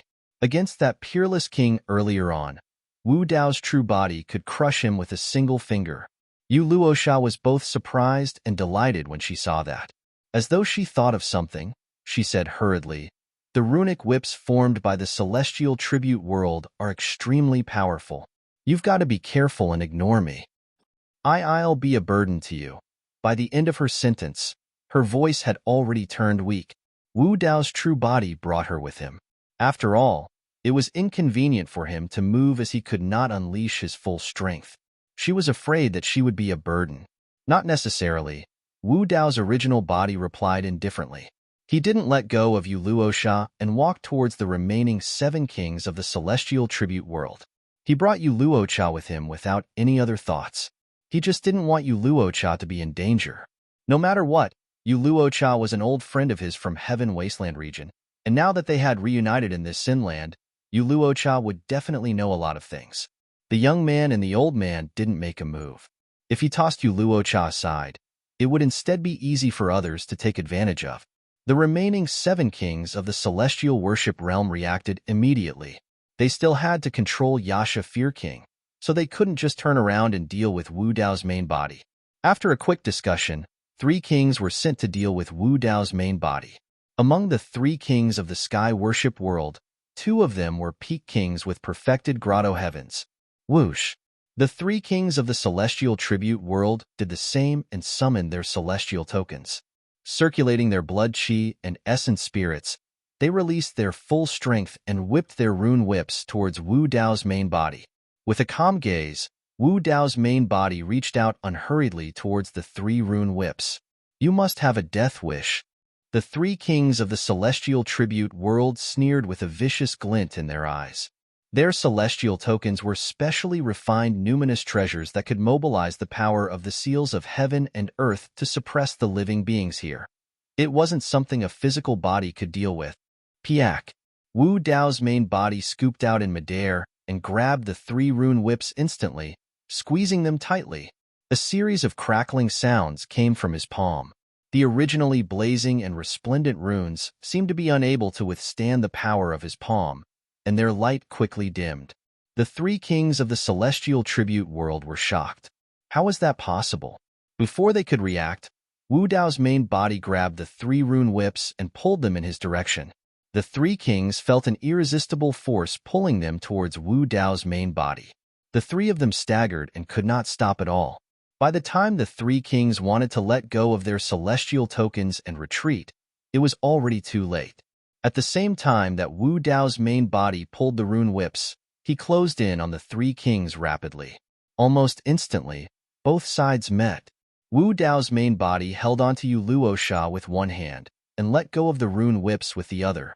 Suddenly, he clenched his fists and punched 3 times in the direction of the 3 kings. Bang! Bang! Bang! The 3 punches collided with the 3 kings of the celestial tribute world and let out 3 dull sounds. It was as though the 3 punches had collided with 3 gigantic ancient bells.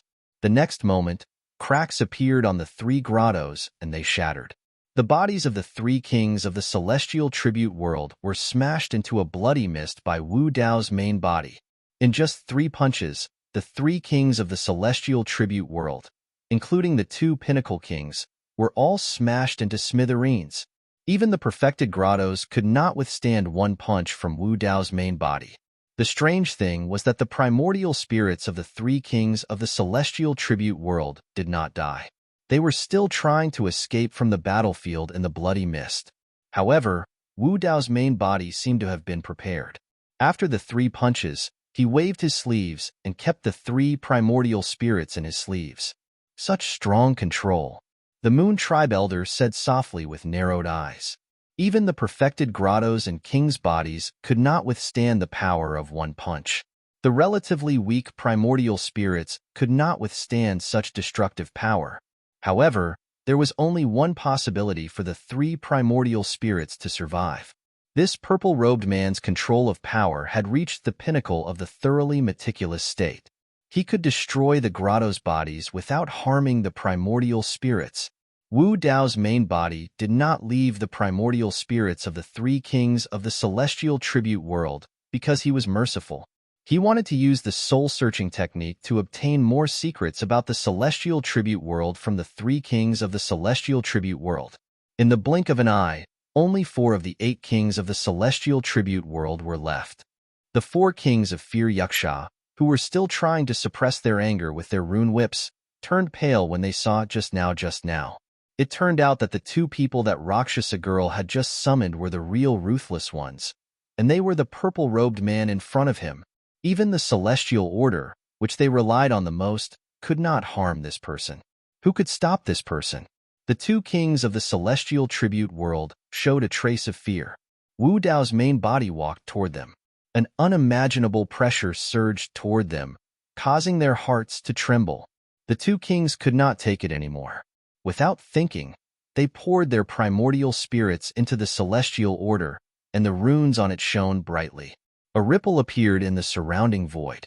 This trace of spatial fluctuation couldn't escape the senses of the Yasha King of Fear. They want to escape. The Yaksha King of Fear's bulging eyes flashed with savagery. He licked his lips and sneered. 2 of the remaining 4 kings of the celestial tribute world wanted to escape, but the remaining 2 kings could not suppress Yaksha at all. Chapter 28-29. Wu Dao's senses were sharp.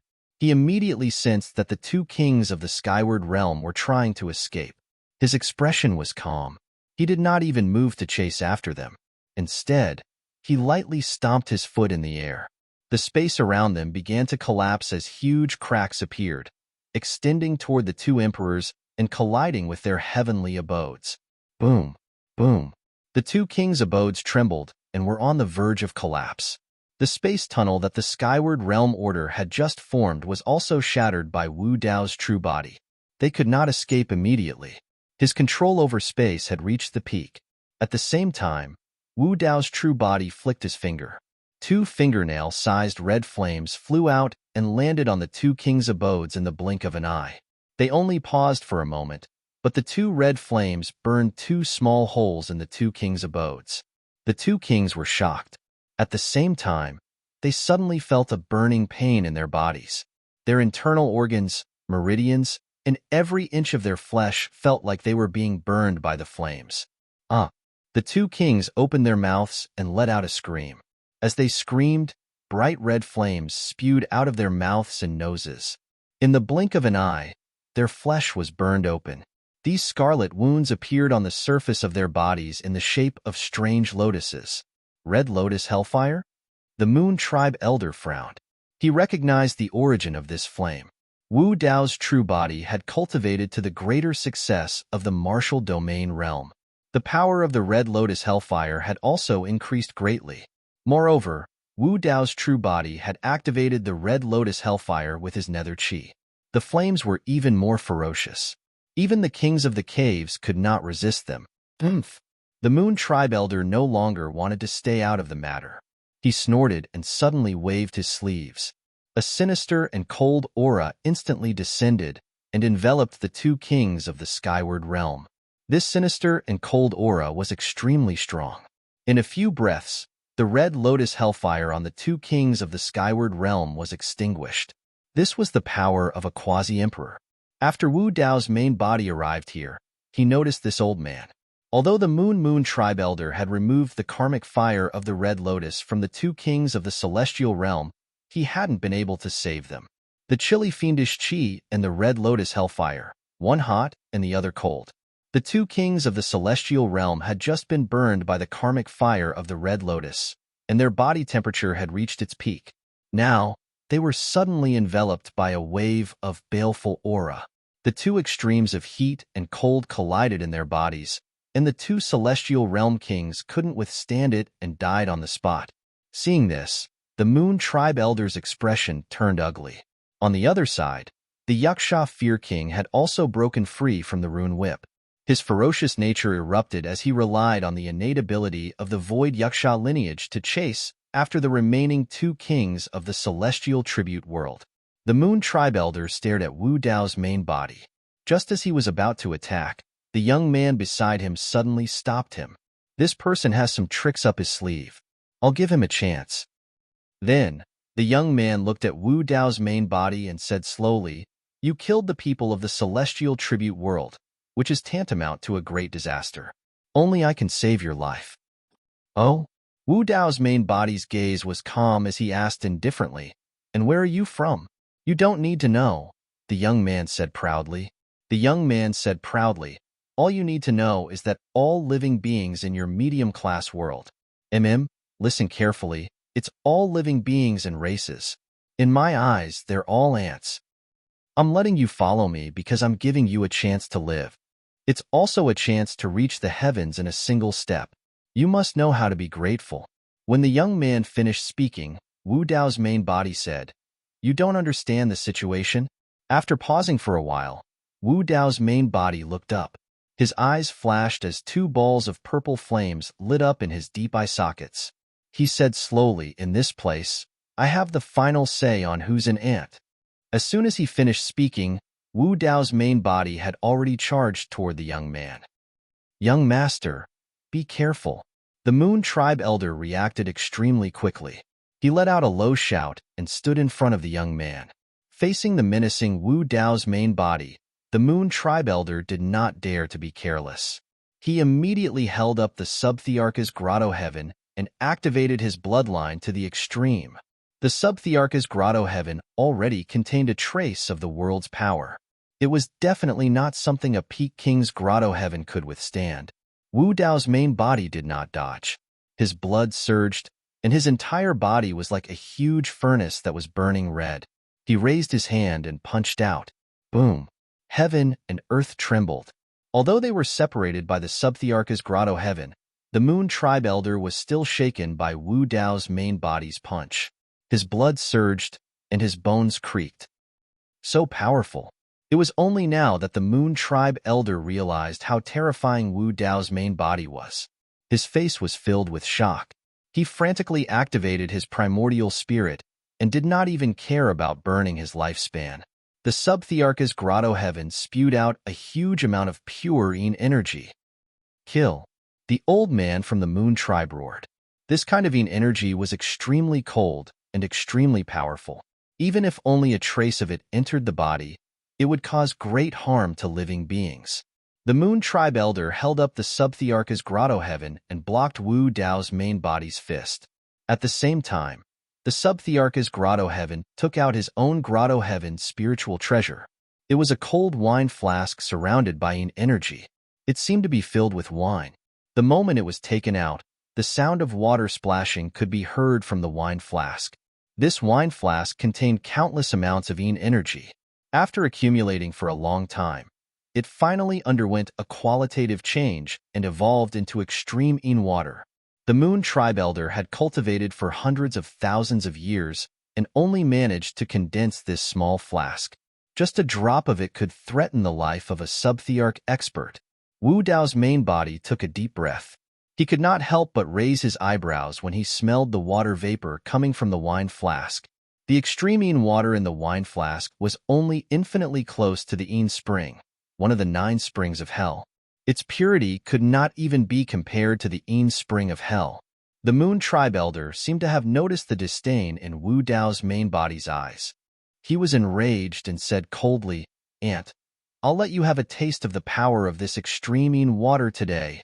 He saw that Wu Dao's main body was holding Yu Luosha's hand with one hand and blocking the Subthearchus Grotto Heaven with the other.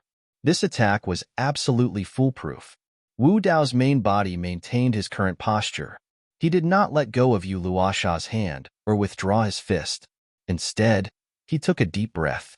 Just as the Moon Tribe Elder made his move, Wu Dao's main body suddenly opened his mouth. Whoosh! A ball of dark green flame gushed out from the depths of his throat. This ball of flame was only as thick as a baby's arm when it gushed out from Wu Dao's main body's mouth. However, when it entered the Subthearch's grotto heaven, it seemed to be stimulated by something and the fire surged. The extreme water in the wine flask had just poured out when it met the dark green flame. This flame instantly transformed into a giant fire dragon and entered the wine flask along with the extreme water. Then, under the Moon Tribe Elder's horrified gaze, the wine flask suddenly exploded. The Netherworld ghost flame was born in the 9 underworld's abyss, a place of extreme The energy of the Moon Tribe and the extreme water were like fuel for the flame, causing the Netherworld ghost flame's power to surge.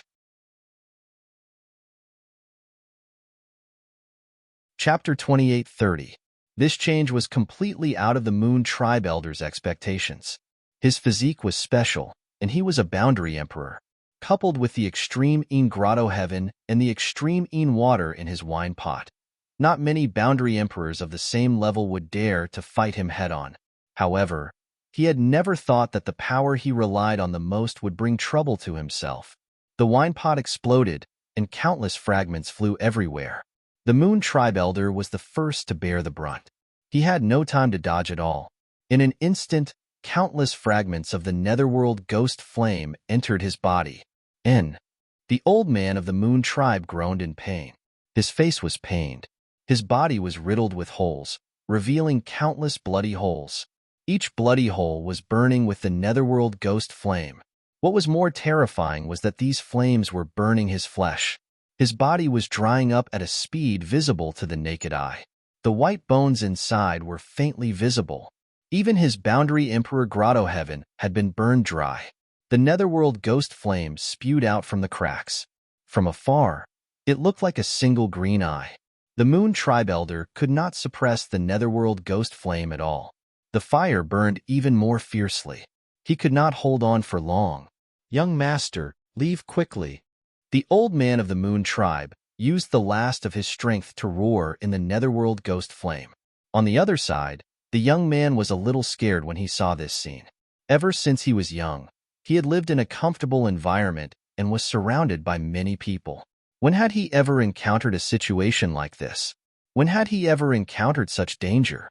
Moreover, the process of the two sides fighting was too fast. In just one clash, the purple-robed man spat out a flame and the Moon Tribe Elder was defeated. He did not have much time to react at all. Hearing the Moon Tribe Elder's warning, the young man finally reacted. In a panic, he slapped his storage bag and took out a teleportation talisman. At this moment, the purple-robed man and Rakshasa passed through the raging fire. They were unharmed and walked toward him. They seemed to be moving slowly, but in the blink of an eye, they were already in front of him. A powerful and majestic intent enveloped him. In the next moment, the young man felt the pressure on him increase. His chest tightened, and his mind trembled. The young man could not move. The teleportation talisman was in his hand, but he could not tear it apart. Why you can't kill me?" The young man's face was pale and his voice trembled as he said, My identity is something you can only look up to. You can't afford to offend me." "Look up?" Wu Dao's main body had an indifferent expression. He stretched out his hand and placed it on the top of the young man's head. Then, he pressed down forcefully. Plop. The young man couldn't take it anymore. He knelt on the ground and his knees shattered. The young man let out a blood-curdling scream. A fine layer of sweat appeared on his forehead, and his body trembled slightly. The young man raised his head and glared at Wu Dao's main body. His eyes were filled with resentment as he said coldly, "Fine. This king will lay his cards on the table with you. Listen well, I am from the heavenly court. If you dare to harm my life, you will suffer the wrath of the heavenly court. You, your clansmen, and everyone related to you will die without a grave." Heavenly court? Wu Dao narrowed his eyes and pondered for a moment. Suddenly, he had a premonition that he might be close to the deepest secrets of the middle world. Given the young man's threat, there was no way Wu Dao's main body would let him live. With a cold expression, Wu Dao's main body grabbed the young man's head and trapped his essence spirit in his palm instantly. At the same time, he executed a soul-searching secret skill. Right then, a sudden change happened. Suddenly, a scorching power burst forth from the young man's essence spirit and surged towards the palm of Wu Dao's main body. In fact, it even wanted to surge into his body through his palm. Wu Dao's main body felt a sharp pain in his palm. Wu Dao's main body frowned. Given his current cultivation realm, a power that could cause his body to feel pain had to be at least at the level of a quasi-emperor or even higher. Wu Dao's main body did not dare to be careless and hurriedly channeled his blood qi. A gigantic furnace appeared around him. Both parties were in a stalemate for a moment before the scorching power dissipated gradually. Wu Dao's main body opened his palm to take a look. There was a strange rune imprinted on his palm that was identical to the Yin Yang Talisman Sutra and Hell of the Nine Springs. It was the word flame.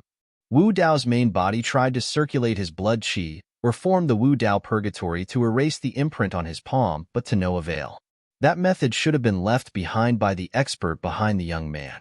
Wu Dao's main body was expressionless and put the matter aside for the time being. The essence spirit of the young man had long turned into ashes and died after being burned by the Wu Dao furnace just now. What a pity! Wu Dao's main body lamented internally. That young man definitely knew many secrets. Unfortunately, he did not succeed in soul-searching. Wu Dao's main body took out the essence spirits of the 3 celestial world cultivators that he had just captured and executed a soul-searching technique on them. However, as soon as the soul-searching technique was released, the 3 essence spirits seemed to have been stimulated and exploded. Their essence spirits were destroyed. Wu Dao's main body was not surprised by this result.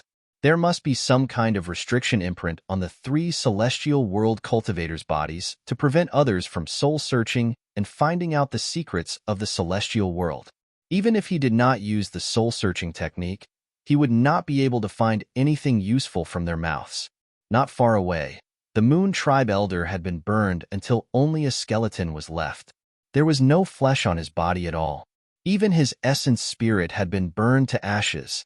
On the other side, the Yasha Fear King who had just escaped had already killed the remaining 2 kings of the celestial worship world, tearing them into pieces. It was a tragic sight. At this point in the battle, more than a dozen celestial world cultivators, including 2 from the heavenly court, had died.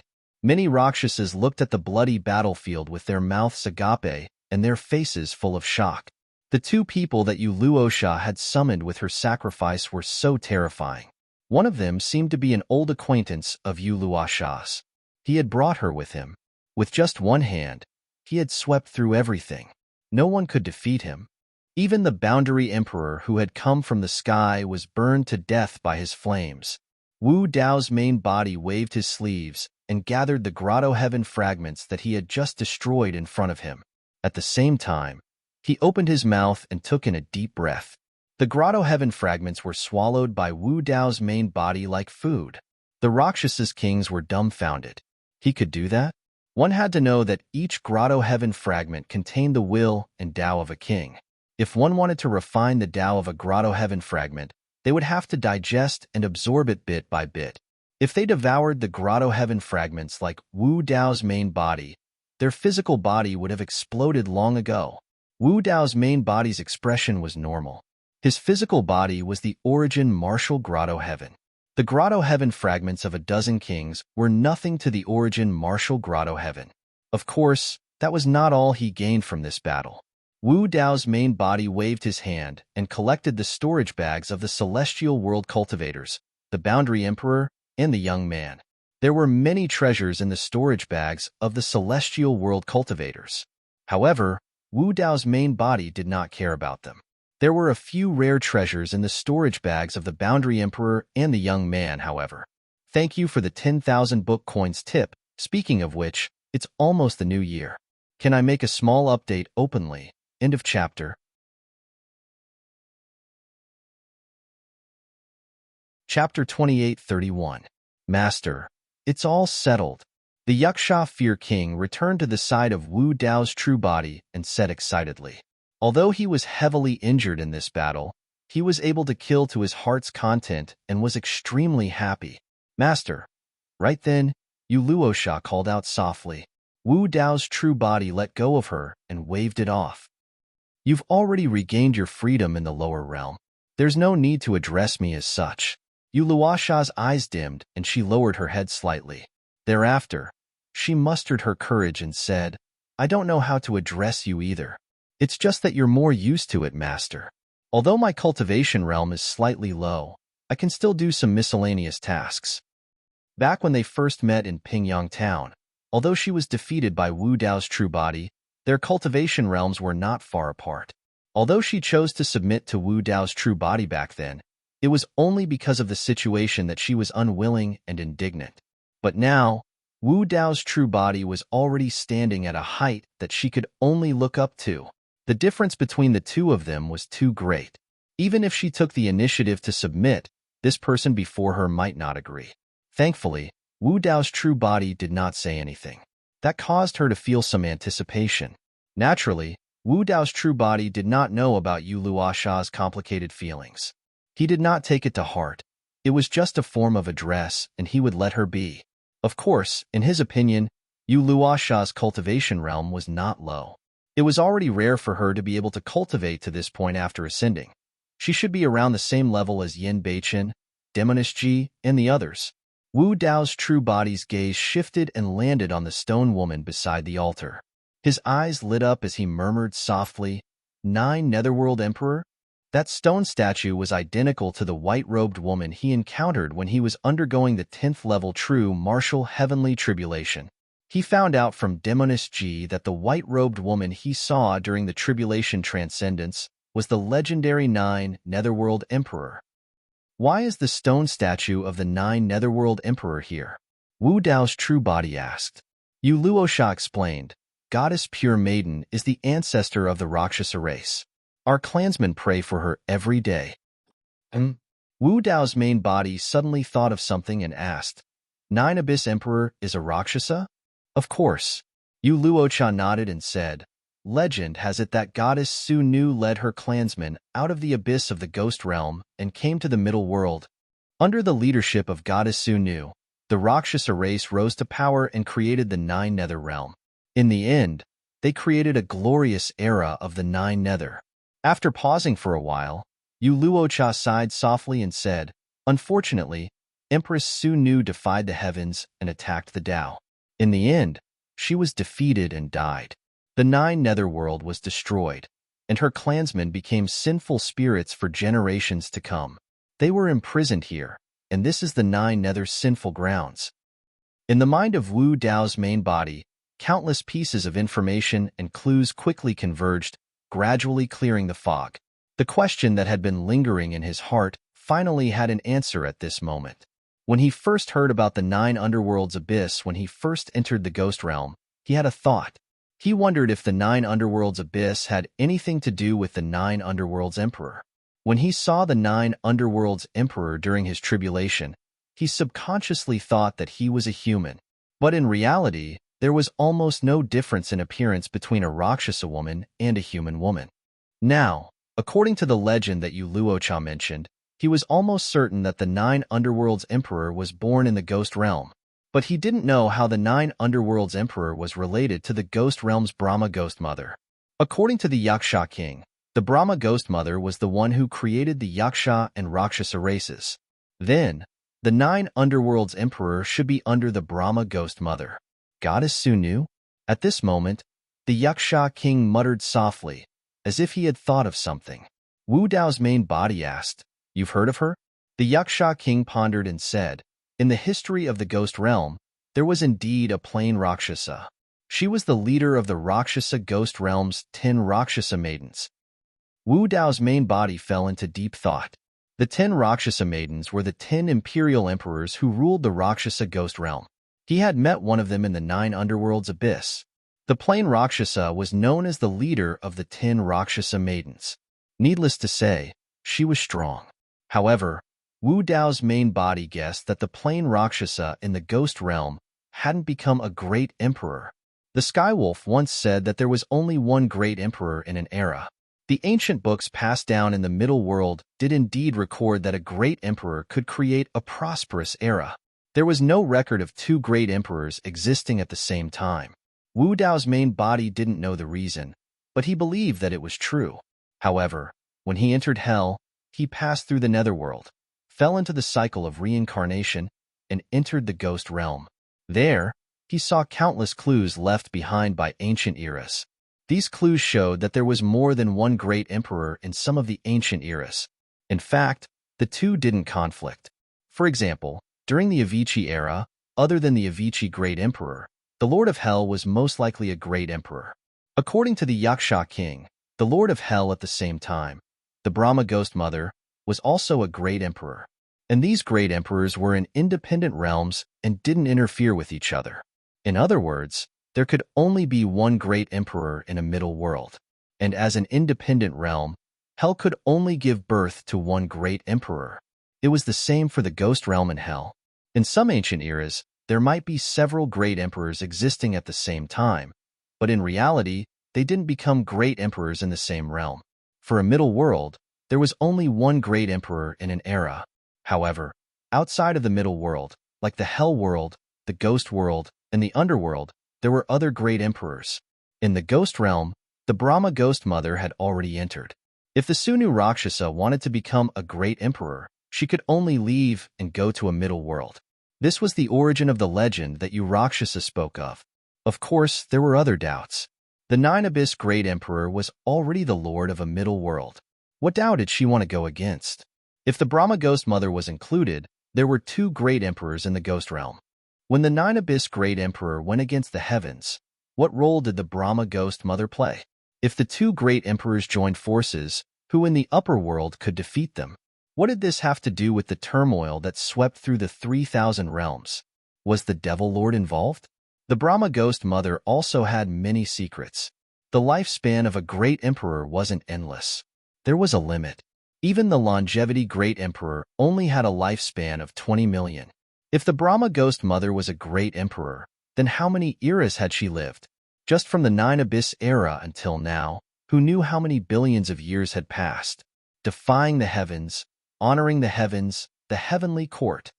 Wu Dao's true body muttered to himself, seeming to have understood something. May I ask where the two of you came from? How did you come to this Nine Abyss sinful land? A Rakshasa king bowed in the direction of Wu Dao's true body and Yaksha king, and couldn't help but ask. Although it was Rakshasa who used the sacrificial mystic technique first, Wu Dao's true body and Yaksha king had arrived before her sacrificial mystic technique was completed. There must be another reason. The ghost realm. Yaksha king grinned at him and said, Lord Ghost Mother personally sent the great emperor here with me. The ghost realm. When the Rakshasa heard that, their hearts skipped a beat. They looked at Wu Dao's true body and Yaksha king excitedly. Their expressions were so respectful that they almost knelt down to worship them.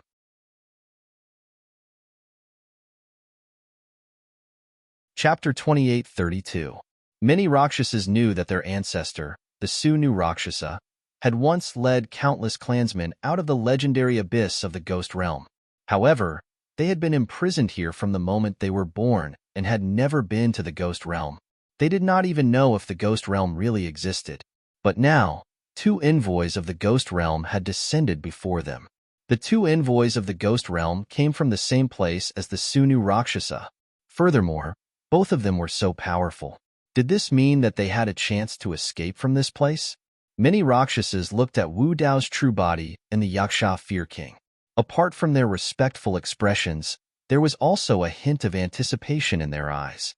How much do you know about the heavenly courts?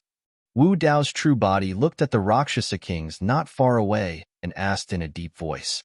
All the Rakshasa kings shook their heads with a confused look on their faces. What about the celestial tribute world? Wu Dao's true body asked again. A Rakshasa king's expression changed as he stood out and said, Every once in a while, someone from the celestial tribute world will come to our race to choose tributes. Tributes? Wu Dao's true body's heart skipped a beat. He seemed to have thought of something as he compared it to the memories from Qinglian's true body. Yu Luocha explained, It's to pick out a portion of the true spirit realm experts from their clansmen as tributes and throw them into a purgatory battlefield. They'll be constantly attacked by other living beings and races. Wu Dao's true body was silent. If he was not wrong, the purgatory battlefield that Yu Luocha mentioned was the fiend battlefield of the celestial tribute world. The true spirits in the fiend battlefield were all tributes, selected from the 10 sinful lands by the celestial tribute world. The word tribute was filled with the condescending coldness and contempt of the celestial tribute world towards the living beings of the 10 sinful lands. It was a supreme authority that controlled life and death. Yu Luocha said in a low voice, "The people of the celestial tribute world said that this is a punishment for us and also a warning. Did anyone return alive?" Wu Dao's true body asked. The Rakshasa kings shook their heads with gloomy expressions.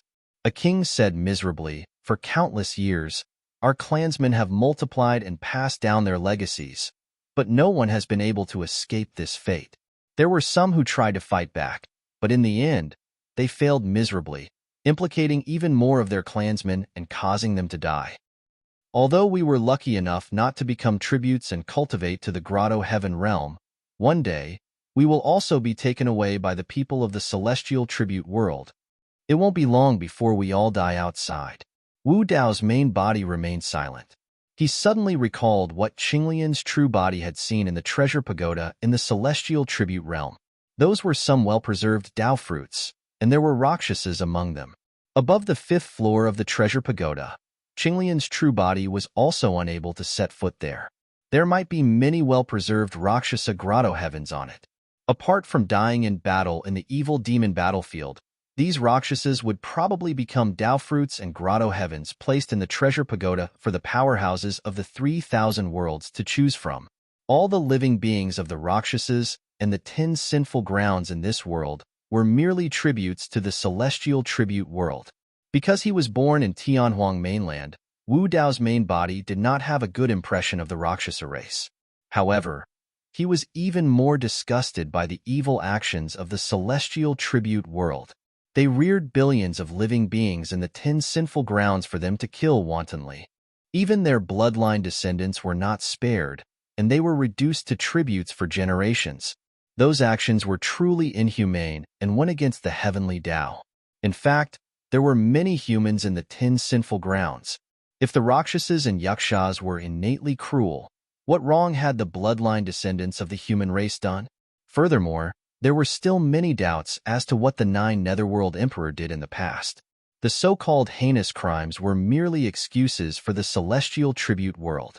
Wu Dao's main body buried those doubts in his heart for the time being and looked up at the firmaments with 2 balls of purple flames burning in his eyes. Right now, the most important thing for him was to leave this place as soon as possible. More than 10 kings of the celestial tribute world died, including the 2 from the heavenly courts. This matter could not be hidden for long. Of course, the thing that made Wu Dao's main body uneasy was the yen word on his palm that could not be removed. "Sir, are you thinking of leaving?" A Rakshasa king asked cautiously, as though he could tell the intentions of Wu Dao's main body. Wu Dao's main body nodded gently and asked instead, "What can I do?" Although the Rakshasa race beings had never left, they had been imprisoned here for generations after all and knew this world the best. The Rakshasa king said, "This world is filled with powerful restrictions. If anyone leaves without permission, they will definitely trigger a counterattack. All these years, there have been clansmen who tried to leave by force but were killed mercilessly by the power of the restrictions. We speculate that the power of an emperor might be able to break through the restrictions of this world." "Emperor realm?" Wu Dao's main body murmured softly. The Rakshasa king laughed bitterly and said, "Because of the existence of such restrictions, our cultivation will be suppressed, and we can't break through to the emperor realm at all. We can only be trapped here." Wu Dao's main body cultivated the Wu Dao Purgatory to greater mastery. Once released, it could suppress all boundary emperors. However, boundary emperors were not true emperors after all. Although there was only a difference of one word, the difference in power between the two was like heaven and earth. If he only relied on the Wu Dao Purgatory and the true Wu Dao body, even if he pushed his bloodline to the limit, he would not be able to reach the Emperor realm. However, if he used the prison-suppressing cauldron and attacked with his full strength, it was very likely that he would be able to reach the Emperor realm. At that thought, Wu Dao's main body did not delay and directly soared into the sky. In a flash, he arrived at the end of the sky. As far as his eyes could see, he could even clearly see the dense restriction runes in the sky. Under these restriction runes, Wu Dao's main body felt a huge pressure. The expert who set up these restriction runes is probably not an ordinary Emperor Lord. A thought flashed through the mind of Wu Dao's main body. However, no matter what, he had to give it a try. Whoosh! The blood chi of Wu Dao's main body rose and instantly pushed his bloodline to the limit. His entire body became a little blurry and a huge furnace with blazing flames appeared in midair. Under the support of the 6 flames, the furnace was burned red and hung in the sky like a scorching sun. Not only did the furnace expand, but it was also about to break through the world. In the next moment, a purgatory appeared around the huge furnace. Flames soared into the sky and burned the sky continuously, trying to refine the restriction runes on it. Countless Rakshasa race members looked up at this scene with shocked expressions. This was the true burning of the heavens. However, under the burning of countless flames, the restriction runes in the sky did not show any signs of dissipating. Instead, they condensed to brilliance and began to counterattack. Boom, boom, boom. The 2 types of power began to collide continuously, letting out earth-shattering sounds. Both sides had only exchanged blows for a moment, but the purgatory in midair and the heaven and earth furnace were at a disadvantage. The flames around the furnace even showed signs of extinguishing. At this moment, an ancient bronze square cauldron appeared and the world trembled. End of chapter.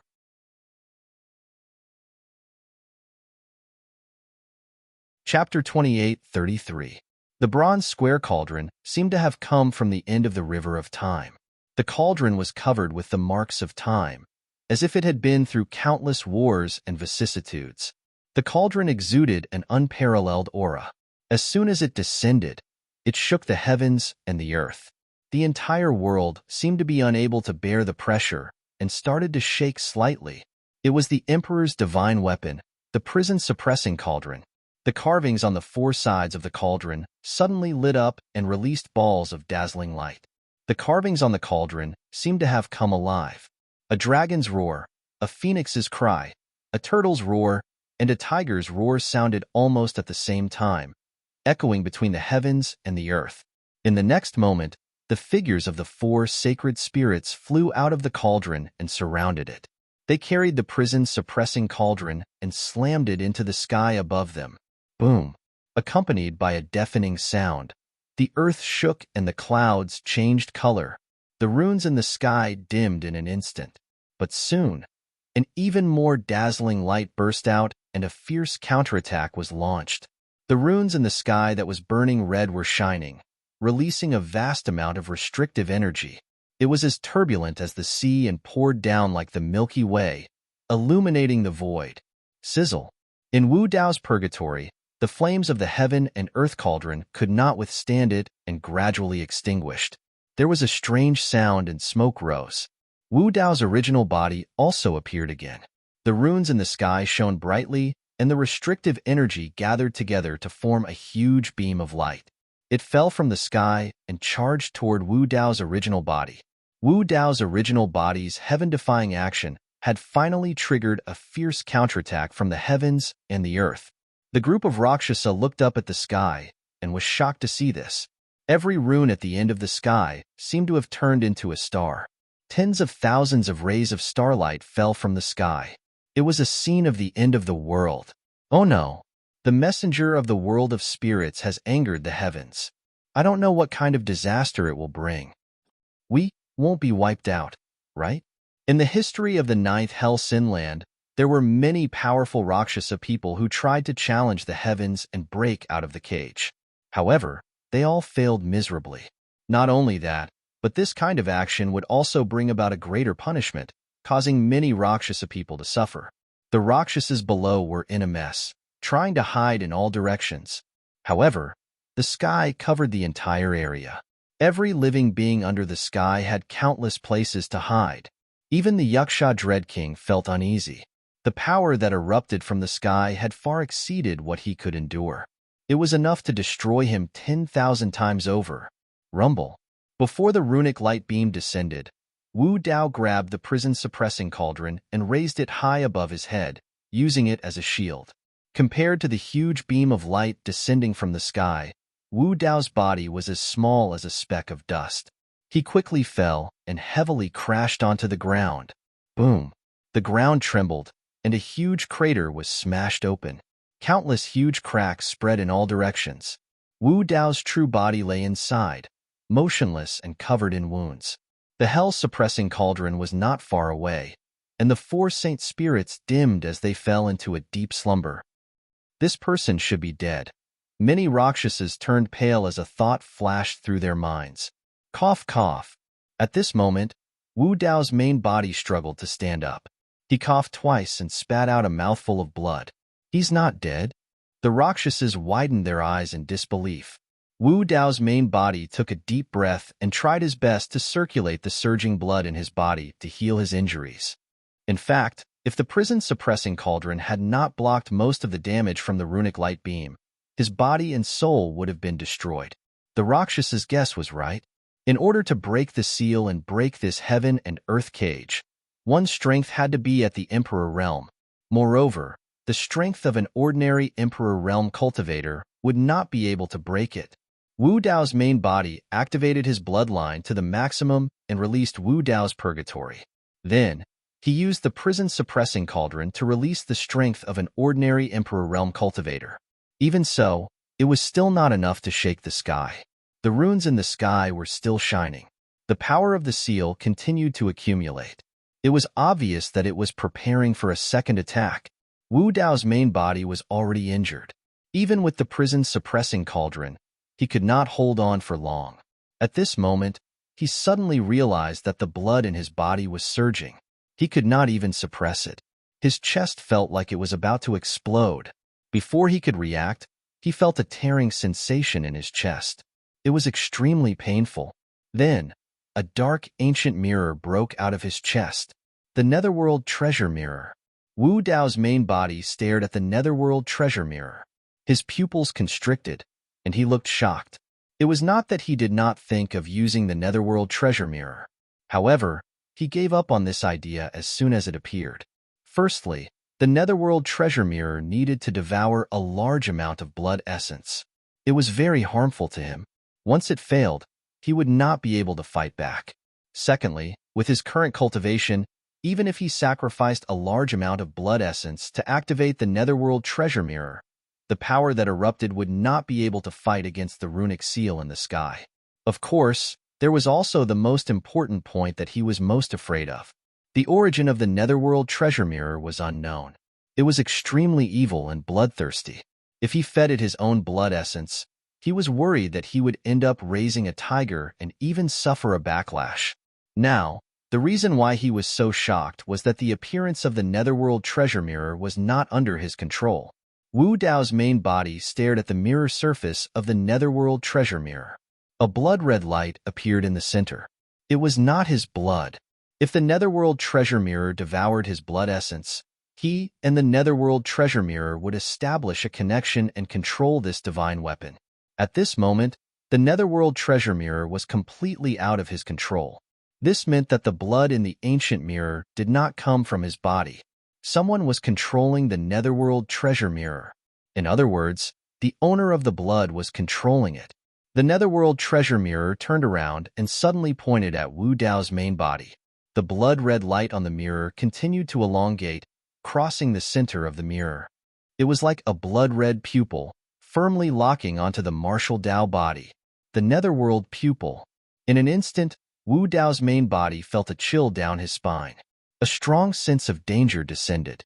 He almost could not bear it and subconsciously wanted to release Wu Dao's purgatory and Yuanwu Grotto heaven at the same time.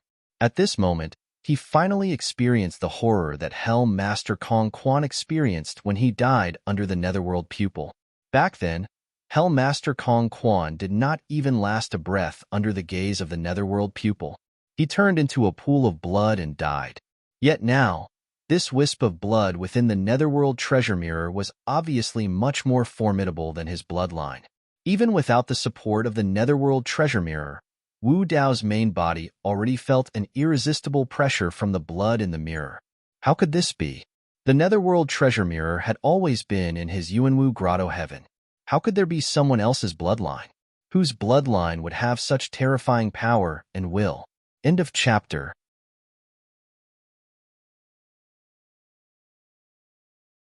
Chapter 28:34. A thought flashed through the mind of Wu Dao's true body as he vaguely thought of something. However, before he could react, the runes that shone in the firmaments had already converged into a resplendent seal ocean. Torrential waves surged like a tsunami, crashing down towards Wu Dao's true body. Rumble. Boom. The entire world could not bear the burden and trembled continuously while the ground quaked. Countless mountains and ancient trees on the ground collapsed and were drowned by the torrential waves.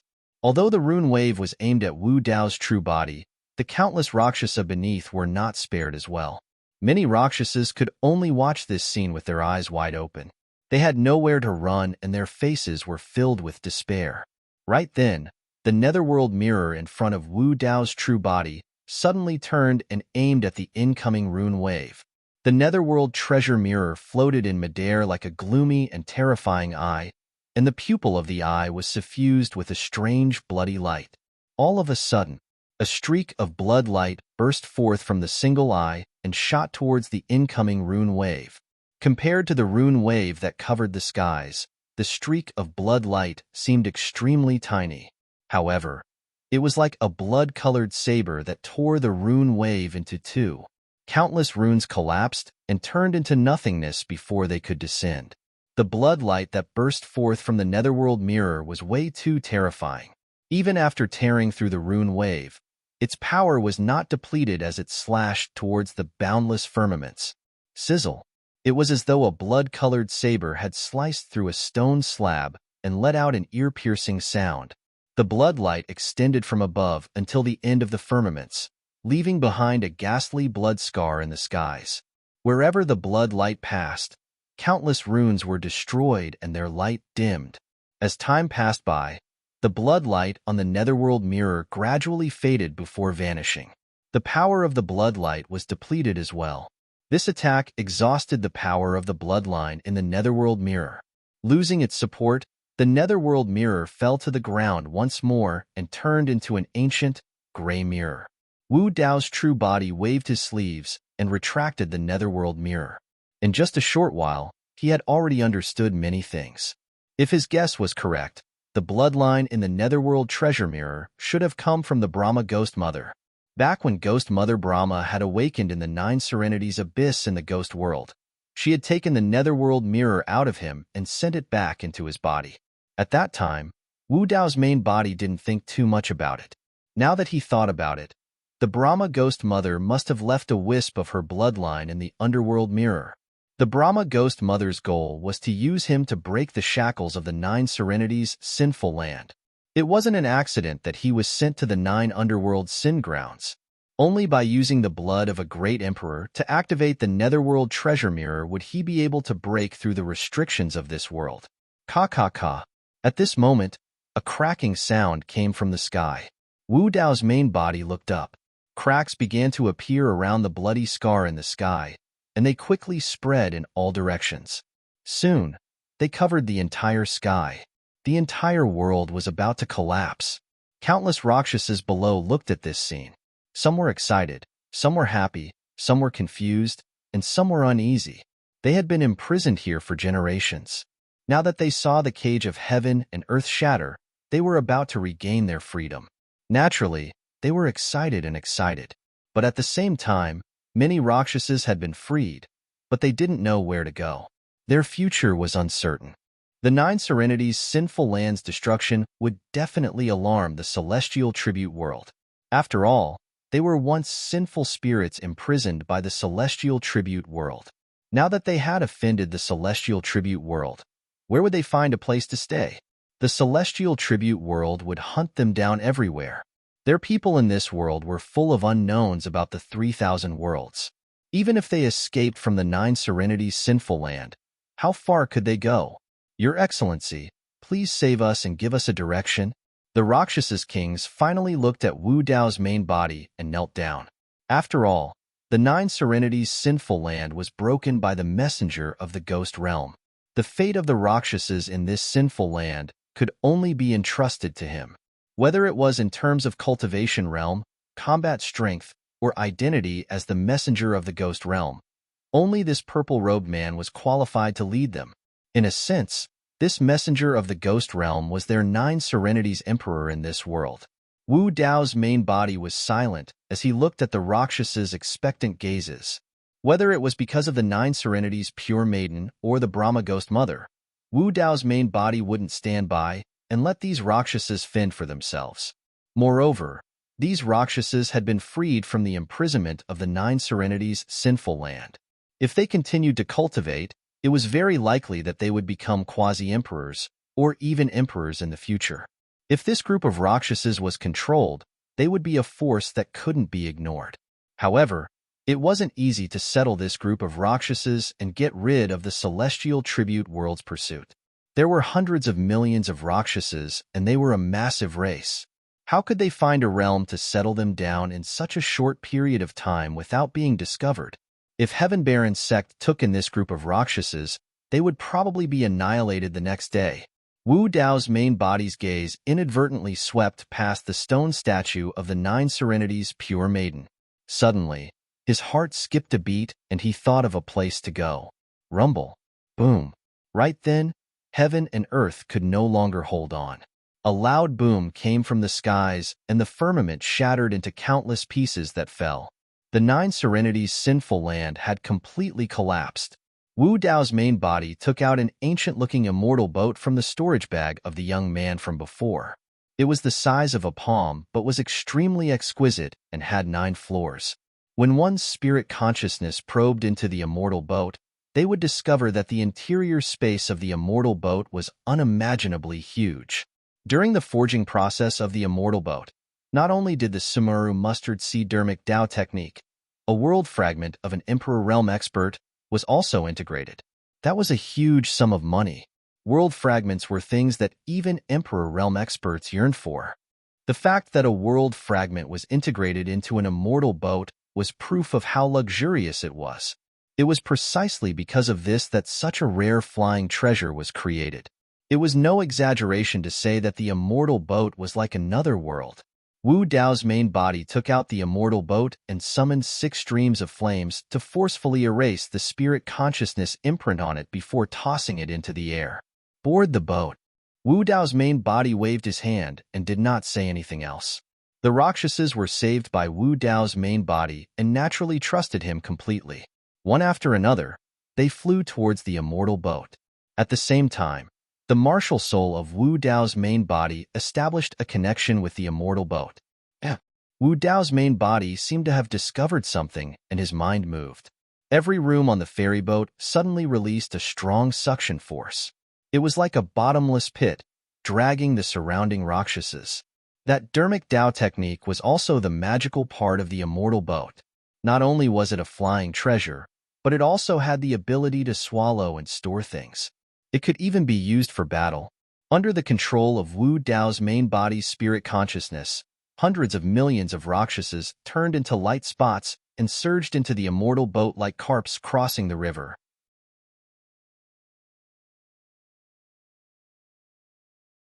Chapter 28:35. Under the control of Wu Dao's true body, the immortal boat soon accommodated all the Rakshasa race in the 9 underworld sin ground. Then, Wu Dao's true body quickly handed the immortal boat to the Yaksha king of fear and said, "Take this immortal boat and go to the Heaven Realm's demon domain that I mentioned to you before to look for the Heaven Baron sect." As he spoke, Wu Dao's true body took out a map of the 3,000 worlds and a message talisman with his divine sense imprint and handed them to the Yaksha king of fear. Wu Dao's true body kept the Yaksha king of fear by his side and gave him the word fear, so that he could protect the Heaven Baron sect in his place for a period of time in the future. "Master, where are you going?" The Yaksha king of fear could not help but ask after hearing the hidden meaning. I have other matters to attend to, Wu Dao's true body said indifferently without further explanation. His original plan was to head to the Grand Wilderness. Moreover, the word flame imprint on his palm was still there, and his whereabouts could be exposed at any time. They could only protect the lives of the Yaksha king of fear and the Rakshasa race in the 9 underworld sin ground if they acted separately. Master, do you need me to follow you? Yu Luocha asked softly as she looked at Wu Dao's true body. Wu Dao's true body shook his head slightly. Yu Luocha was disappointed, but soon, she heard Wu Dao's true body say, "Go to the Heaven Baron sect with the Yaksha king of fear. You have more important matters to attend to." Wu Dao's true body said with his divine sense, "Now that the Rakshasa race in the 9 underworld sin ground has been freed, someone needs to lead them temporarily. I'm not around, so I can only leave this to you." Firstly, Yu Luocha was a Rakshasa race member and was also born in the 9 underworld sin ground. She understood the Rakshasa race relatively well, and they would not be too resistant to her. Secondly, Yu Luocha was the only one he trusted among the hundreds of millions of Rakshasa race members. The Rakshasa race was a huge force, and now that they were free, someone had to keep an eye on them to prevent any trouble. Although Wu Dao's true body did not say it explicitly, Yu Luocha could hear the trust in his words. She was pleasantly surprised, but also a little uneasy. She said hesitantly, "I'm afraid that I can't convince them." Wu Dao's true body took out the young man's identity token. After the young man's death, the mark on the token had already disappeared. However, this identity token was also made of an extremely rare and precious material, star crystal. Refining a star might not even produce a single grain of star crystal sand. It Tao of God, S God's hands heaven star God tokens S true S God, stars sect. The martial Tao true body held the star crystal and left his spiritual sense imprint on it. At the same time, he left behind a wisp of the netherworld ghost flame Tao art. Take this medallion with you. Use it to command the 9 underworlds Rakshasa for me. The martial Tao true body didn't conceal his voice at all. His voice spread to every corner of the immortal boat. Seeing this token is the same as seeing me. From now on, follow Yu Luocha's arrangements. Understood. After a brief silence in the immortal boat, the many Rakshasas responded one after another. Although some Rakshasa kings were hesitant, they did not show any dissatisfaction. Wu Dao's true body added, "If there's anything you can't solve, you can ask the Fear King for help. With the Fear King's combat strength and methods, he would be able to suppress the Rakshasas even if something happened to the Rakshasas in the 9th Hell Sinland." In fact, Wu Dao's true body was overthinking. When the Rakshasas learned that Wu Dao's true body came from the ghost realm like the plain Lady Rakshasa, they were filled with respect and fear. Moreover, Wu Dao's true body had shown such terrifying combat strength and broken the 9th Hell Sinland's cage, allowing everyone to regain their freedom. The Rakshasas were not disloyal to him at all. Although some Rakshasa kings were conflicted about this arrangement, they did not object out of respect for Wu Dao's true body. The Fear King could naturally tell that Wu Dao's true body trusted Yu Luocha. He grinned at Yu Luocha and nodded in a rather friendly manner. However, his ferocious face coupled with this kind of smile was more or less a little frightening. Yu Luocha hesitated for a moment before saying, "Master, there are too many of us. If we head to the Heaven Baron sect and expose our whereabouts, I'm afraid the Heaven Baron sect will be destroyed."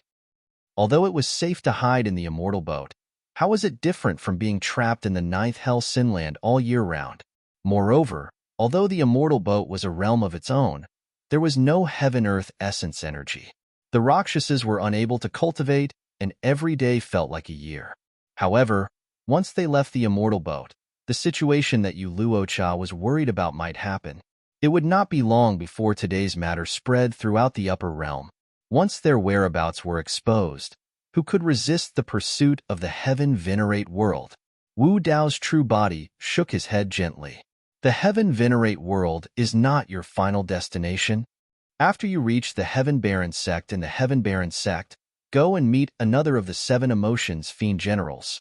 She's the pure maiden of the fiend sects of Tianhuang mainland and is from the same generation as us. You should recognize her. Pure maiden of the fiend sex? Yu Luocha recalled and murmured softly. Jiaoyan? Wu Dao's true body nodded. She knows of a mysterious place. You guys might be able to settle down there. When Wu Dao's true body reunited with Demoness Ji in the fiend region, she mentioned something to him. She said that she obtained the inheritance of an ancient emperor in a mysterious place. That emperor was the Nine Nether Pure Maiden. The place where the emperor left behind his Dao legacy was definitely extremely secretive and difficult to discover.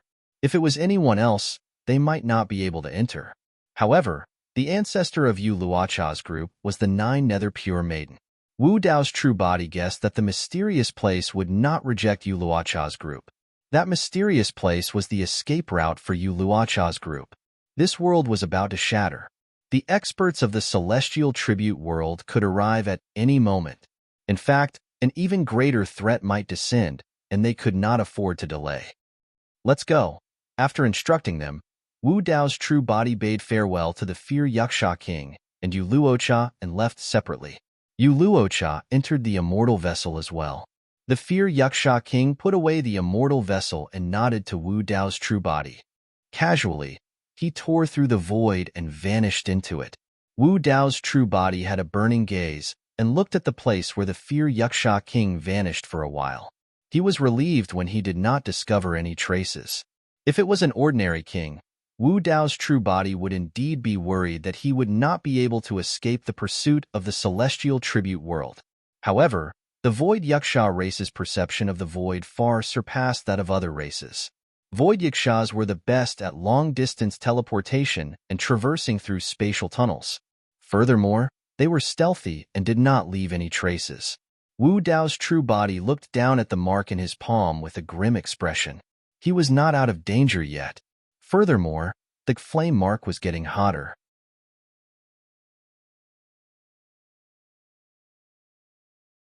Chapter 28:36. Behind this yin symbol, there might be the even more mysterious heavenly court. The pursuit of the heavenly court would be even more troublesome and dangerous than the pursuit of the celestial world. Wu Dao's main body didn't dare to be careless. He tore through the void and entered the spatial tunnel, preparing to hide in the Avicii hell and observe the situation. Wu Dao's main body continued to travel through the spatial tunnel. This place was too far away from the celestial world. Even if he tore through the void and traveled through the spatial tunnel, Wu Dao's main body would still need a few days. Half a day later, Wu Dao's main body, who was traveling through the spatial tunnel, suddenly paused. His spiritual perception alerted him, and a sense of impending doom surged into his heart. Without much time to think, Wu Dao's main body brought out the prison-suppressing cauldron and placed it above his head. Boom! Just as he finished this action, the spatial tunnel exploded with a huge tremor. Immediately after, a huge hand broke through the layers of stars and descended from the sky, cutting off his path of retreat and knocking him out of the spatial tunnel. The power of this palm was too strong. If not for the prison-suppressing cauldron blocking in front of him, which neutralized most of the killing intent, Wu Dao's main body would have been destroyed in body and soul with no corpse left. Even so, Wu Dao's main body was beaten until he coughed out blood, his face pale. A arch expert. You dare to escape after killing someone from the heavenly court? An incomparably majestic and murderous voice reverberated in the starry sky. It was indeed someone from the heavenly court. The heavenly court's pursuit had arrived, not giving Wu Dao's main body a chance to return to the Avicii hell at all. Before Wu Dao's main body had time to think, the huge hand had already slammed down a second time, carrying with it a monstrous pressure that caused countless stars to explode and the starry sky to tremble. Whoosh! Wu Dao's main body took a deep breath, and the blood in his body surged. He pushed his bloodline to the extreme, and his entire body turned into a red-hot heaven and earth furnace, almost bursting through the entire starry sky. 6 flames burned fiercely, like 6 fire dragons, circling above the heaven and earth furnace, incinerating the heavens and boiling the seas. At the same time, Wu Dao's main body released Wu Dao's purgatory. Wu Dao's bloodline phenomenon and domain erupted at the same time. Carrying the suppressing hell cauldron, Wu Dao's true body rose into the air. Oomph! In the starry sky above the firmament, a figure appeared faintly, its entire body burning with scorching red flames. This celestial emperor's face was shrouded in flames, making it hard to see his face clearly. One could only see two torchlight gazes shooting out from his eyes, landing on Wu Dao's original body. Firefly's light. The celestial quartz emperor sneered. He didn't stop attacking. He didn't even show any signs of changing his moves. However, a world seemed to have appeared on his palm, suppressing all living things. Bang! As the sky-covering palm descended, it collided with Wu Dao's heaven and earth smelt, Wu Dao's purgatory, and hell-suppressing cauldron. In an instant, the world seemed to come to a standstill. Ka. Immediately after, cracks appeared on Wu Dao's purgatory, and it instantly shattered. The heaven and earth smelt was also smashed into pieces. Wu Dao's original body reappeared, and his blood dyed the starry sky red. Even the hell-suppressing cauldron fell to the side. The four holy spirits on the cauldron were suppressed to the point that they couldn't awaken and dimmed. Wu Dao's original body panted heavily. This palm strike had almost ended his life. This celestial quartz emperor was probably a top expert among celestial emperors. Wu Dao's original body held the soul lamp in his left hand and the netherworld mirror in his right. These were the two most powerful treasures he had. However, the soul lamp was extremely harmful to the essence soul. Since the other party had the protection of his physical body, the soul lamp was almost unable to threaten him. As for the netherworld mirror, the bloodline left behind by the Brahma ghost mother had been exhausted when they broke through the 9 underworld's sinful land. At this moment, even if he devoured the bloodline of Wu Dao's original body and released the netherworld eye, he probably wouldn't be able to threaten this celestial quartz emperor. Since stepping into the martial domain realm, this was the first time Wu Dao's original body had suffered such a serious injury. The difference between the two sides was too great. Even Wu Dao's original body couldn't make up for it with the help of 3 peerless treasures. At this moment, a snow-white pheasant appeared in Wu Dao's line of sight. It had a long tail and was lying in the distant starry sky. The appearance of this white pheasant was extremely strange. Standing in the distance, it was incompatible with the surrounding starry sky. Wu Dao's original body had never sensed when this white pheasant appeared or where it came from. It was as if it had suddenly appeared there. There were no aura fluctuations on this white pheasant's body. It didn't seem to have any cultivation and was just an ordinary white pheasant. However, the severely injured Wu Dao's original body did not notice that the celestial quartz emperor seemed to have thought of something when he saw this white pheasant, and his expression changed drastically. Wu Dao's original body was already on the verge of death. However, for some reason, he couldn't control himself and wanted to look at the white pheasant subconsciously. The white pheasant was snow-white and only its eyes were pitch black. The eyes of Wu Dao's original body met the eyes of the white pheasant. The white pheasant's pitch-black eyes swiveled. Boom! The mind of Wu Dao's original body suddenly went blank and he lost consciousness. At the same time, Sword Realm, Burial Sword Peak. Su Zimo, who was in seclusion, suddenly opened his eyes and shot up. His eyes flickered and his expression was solemn. He naturally sensed what Wu Dao's original body experienced just now. However, he had lost contact with Wu Dao's original body just now.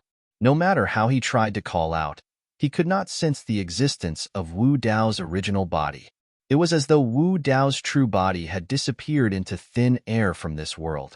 Su Zimo was deep in thought. He had experienced this feeling once and was not unfamiliar with it.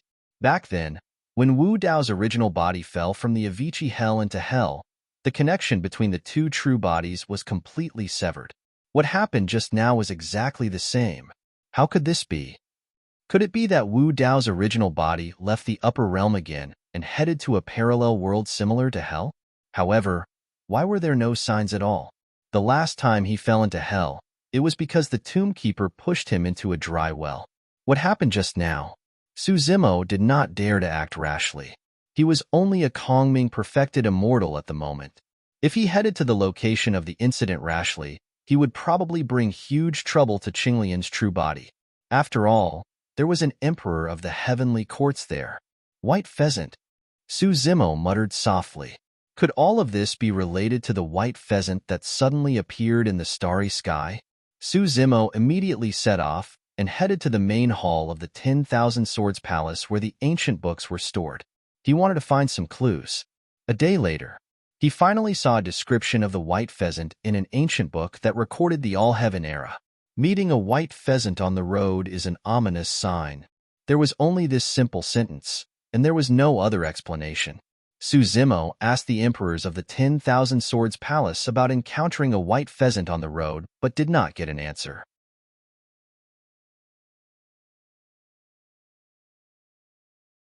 Chapter 28:37.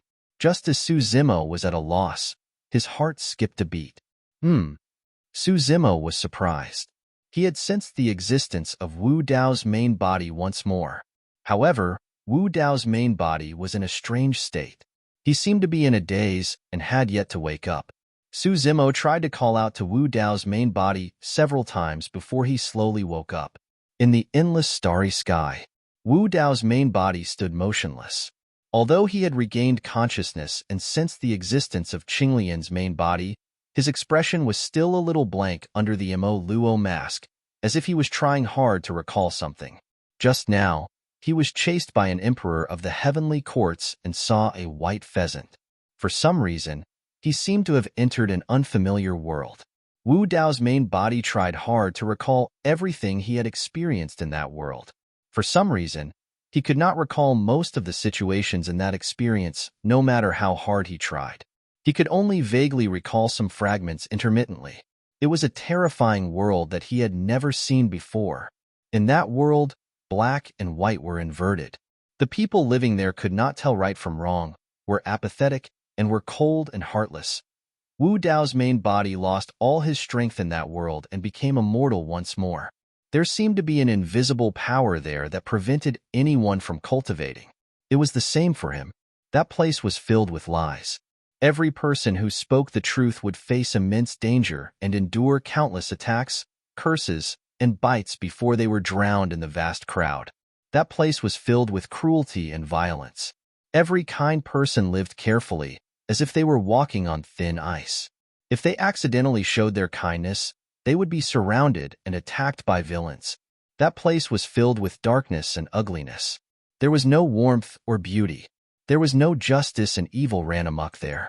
He saw people in trouble and tried to help, but he was dragged into the abyss instead. He saw a group of weak people bound by chains, kneeling on the ground and being whipped and enslaved. He wanted to step forward and undo their shackles. Unexpectedly, as soon as he stepped forward, those people's originally apathetic faces suddenly turned ferocious and their eyes glowed red. Their seemingly weak bodies suddenly erupted with immense strength as they pressed him to the ground and broke his knees. They shouted angrily, "We're all kneeling. Why are you standing?" Wu Dao's main body did not fit in here. He struggled to survive in this world, running into walls everywhere and covered in wounds, but he never gave up. He vaguely remembered that he had saved a homeless little girl named Asia who had been wandering around the world. In that world, he had saved many people, but she was the only one who did not harm him in the end. He and the little girl depended on each other for survival. They seemed to have lived together for a very, very long time, until he finally grew old.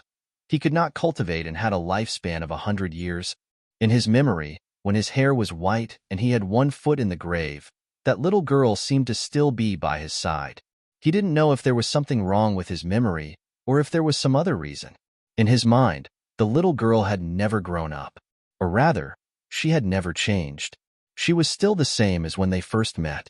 She was thin and skinny, wearing a worn-out shirt that was washed white.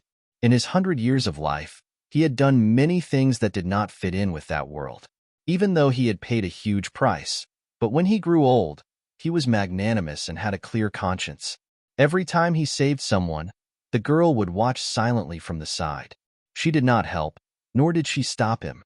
She was completely uninvolved. The two of them would occasionally have some conversations.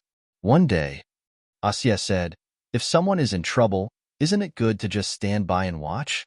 Wu Dao's main body was silent for a long time before he said, "If I stand by and watch, when I'm in trouble, don't expect anyone to help me.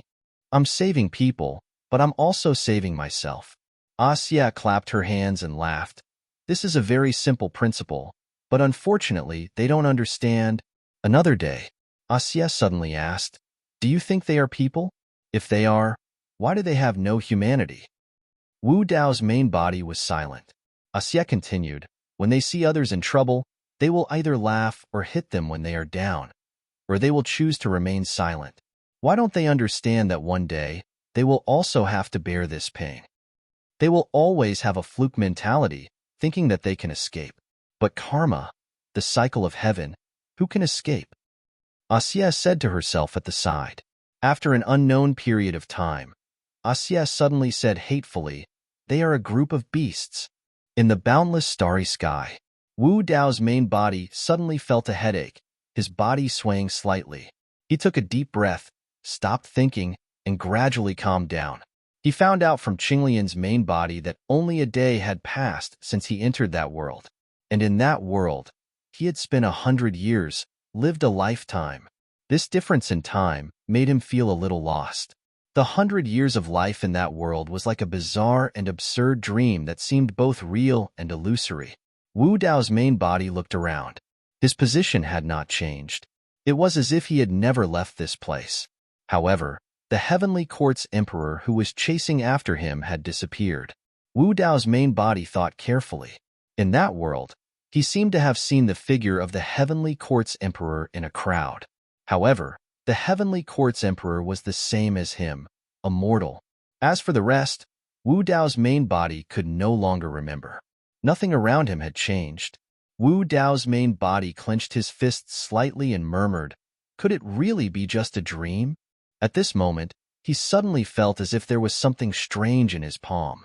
Only when he clenched his fist did he realize it. Wu Dao's main body looked down. Unknowingly, a white jade pendant had appeared in his palm. This seemed to be Asya's. Looking at this jade pendant, he vaguely remembered some things about Asya. To be precise, this jade pendant was the last gift Asya's father had left her. Asya's father had passed away early, and she did not have any clear memories of him. The only memory she had was this jade pendant that her father had left her. Asya valued this jade pendant very much and always wore it close to her body. When the two of them first met, Asya was severely injured and did not seem to have much time left. She asked Wu Dao's main body to bring her to see her mother. Asya had originally planned to give the jade pendant to her mother and tell her that her daughter was seriously injured and might not make it. If she died, she could sell the jade pendant and get some money to help her bury her daughter. There would still be a lot left. Unexpectedly, just as Asya opened her mouth and said that her daughter was sick, her mother's face was full of disdain and she kept waving her hand to interrupt her. I don't have money to treat your injuries. Sickly person, leave quickly, don't die here." How can there be such a heartless mother in this world? Wu Dao's main body was furious. Looking at the sickly Asya in his arms, he felt a wave of heartache. He carried Asya and turned to leave, saying loudly to Asya, "Don't worry, no matter if you die or live in the future, I will accompany you." End of chapter.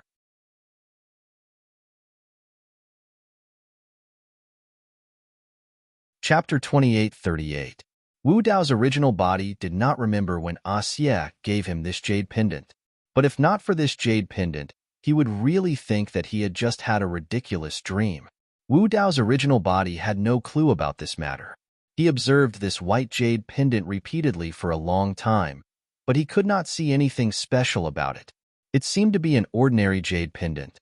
Wu Dao's original body pondered for a long time, but still put the white jade pendant away. Only at this moment did he suddenly realize that the yin character brand that was originally on his palm had already vanished. Even the injuries in his body had long been healed. Wu Dao's original body carefully felt his body, but there was nothing wrong with it. The Heavenly Court's Emperor who was chasing him had disappeared, and he did not know whether he was dead or alive. It was too strange. It was as if he had just had a dream. After experiencing 100 years of life, all the dangers and hidden dangers had disappeared. This experience was too bizarre. There were many strange and illogical things that he could not understand. In the boundless and deep starry sky, the vast Milky Way flowed quietly under his feet. The surroundings were empty and quiet. Wu Dao's original body took a deep breath and temporarily put this unforgettable experience aside. He stepped on the waves and quickly disappeared. The shattering of the 9 underworld's sinful land, one of the 10 great sinful lands, was like a huge rock falling into a lake. In the originally turbulent 3,000 worlds, huge waves were stirred up again. Behind the 10 great sinful lands was the most mysterious force in the upper world, the celestial tribute world. Since ancient times, several eras had passed. Countless worlds and races were drowned in the long river of time. Only the celestial tribute world stood tall. And now, the 9 underworld's sinful land was broken. What did it mean? This meant that the celestial tribute world, a colossus, had encountered a direct challenge in this life. Moreover, this challenge came so suddenly and so fiercely. It directly shattered one of the 10 great sinful lands and released hundreds of millions of Rakshasa sinful spirits. Have you heard? One of the 10 great sinful lands has been shattered. It's said that hundreds of millions of Rakshasa sinful spirits escaped, as if they disappeared into thin air. Don't worry. The celestial tribute world has already issued a bounty for the evil spirits. Although the 3,000 worlds are large, there is definitely nowhere to hide with such a large number of Rakshasa sinful spirits. That's right. Which realm in the 3,000 realms would dare to take in a Rakshasa sinful spirit? This is equivalent to openly making an enemy of the celestial tribute world. That might not be the case. Wouldn't the one who broke the 9 serenities sin land be the enemy of the celestial tribute world? Speaking of which, exactly who made a move and shattered the 9th hell sinful grounds? I heard that the celestial tribute world lost quite a few people. I'm not sure. I reckon that person has already been destroyed by the celestial tribute realm. How could he have escaped after causing such a huge commotion? It can't be that there's really a great change in the world and a calamity is coming, right? This matter spread further and further through the 3,000 realms, continuously fermenting. It caused a great commotion, and at the same time, all sorts of rumors spread. Some people said that it was a hidden and mysterious force that was challenging the celestial tribute world. There were also some who said that the sinful spirit lineage had risen from the ashes. There were also people who said that it might be the return of the Devil Lord, Sword World, buried Sword Peak. In the Peak Master's cave abode, a black-haired, green-robed cultivator sat cross-legged on the bed with a jade-green sword on his knees. He was resting with his eyes closed. Suzimo had naturally heard of the rumors in the outside world. However, apart from the Rakshasa race in the 9th hell sinful grounds, no one else knew what happened. Nobody knew about the existence of Wu Dao's main body. Suzimo did not take those rumors to heart. To him, there were more important things. After he entered the Kongming stage, the celestial tribute world's 1,000-year limit had passed, and he could enter the celestial tribute world again. However, once he entered the celestial tribute world, he might face a huge crisis. This crisis did not only come from the revenge of the Heavenly Eye race. Suzimo did not move the entire time because he was waiting for a suitable opportunity. And now, the time was ripe. Suzimo extended 2 fingers and landed on the Qingping sword. He stroked it gently and stopped at the tip before flicking it. Buzz. The body of the sword trembled slightly, emitting a clear and melodious sword hum, causing ripples to appear in the surroundings like ripples on water. As though it could sense its master's heart, the Qingping sword emitted a murderous battle intent. At the same time, Suzimo opened his eyes suddenly and his gaze was like lightning. Suzimo put away the Qingping sword and stood up, prepared to enter the celestial tribute world again. Right then, as though she heard an unusual sword hum from the cave abode, Kitsune knocked gently on the door and entered after receiving Suzimo's permission. It had been 1,000 years since he returned from the celestial tribute world. That was because during this period of time, Suzimo comprehended 3 supreme divine powers and a forbidden secret skill. The power of the divine powers cleansed his body, bloodline, and essence spirit. Coupled with the massive amount of cultivation resources, he was able to break through and enter the Kongming stage. As for Kitsune's cultivation realm, there were no changes and she was still at lesser mastery of the true martial realm. Suzumo was not worried about Kitsune's cultivation. She still had two supreme divine powers of the Sword Tao that she had yet to comprehend. Once she comprehended them, she would be greatly improved. Master, did something happen? Kitsune asked. Nothing. Suzumo said casually. I'm preparing to enter the celestial tribute world again. Kitsune was stunned. Soon, Kitsune reacted and said, there's indeed a new situation at the celestial tribute world.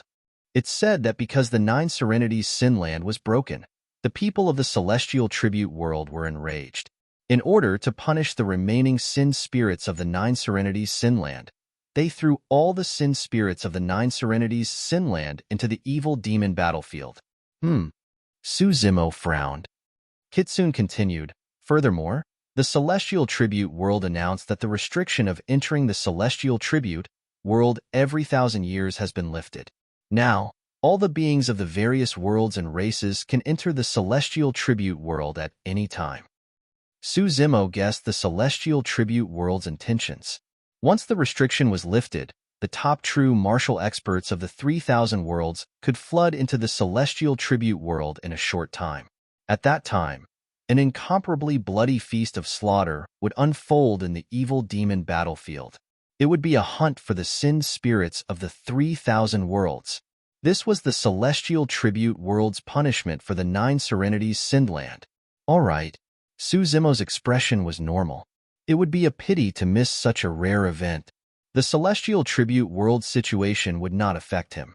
He was determined to go to the celestial tribute world for two reasons. First, he wanted to obtain some battle merits and exchange them for more precious treasures in the treasure tower to aid his cultivation. Killing sin spirits was not the only way to obtain battle merits. Second, and also the most important reason for this trip, it was to get rid of the hidden danger. If he didn't show himself and remained hidden in the sword world, this danger would never be exposed. Instead, it would become a huge problem for him.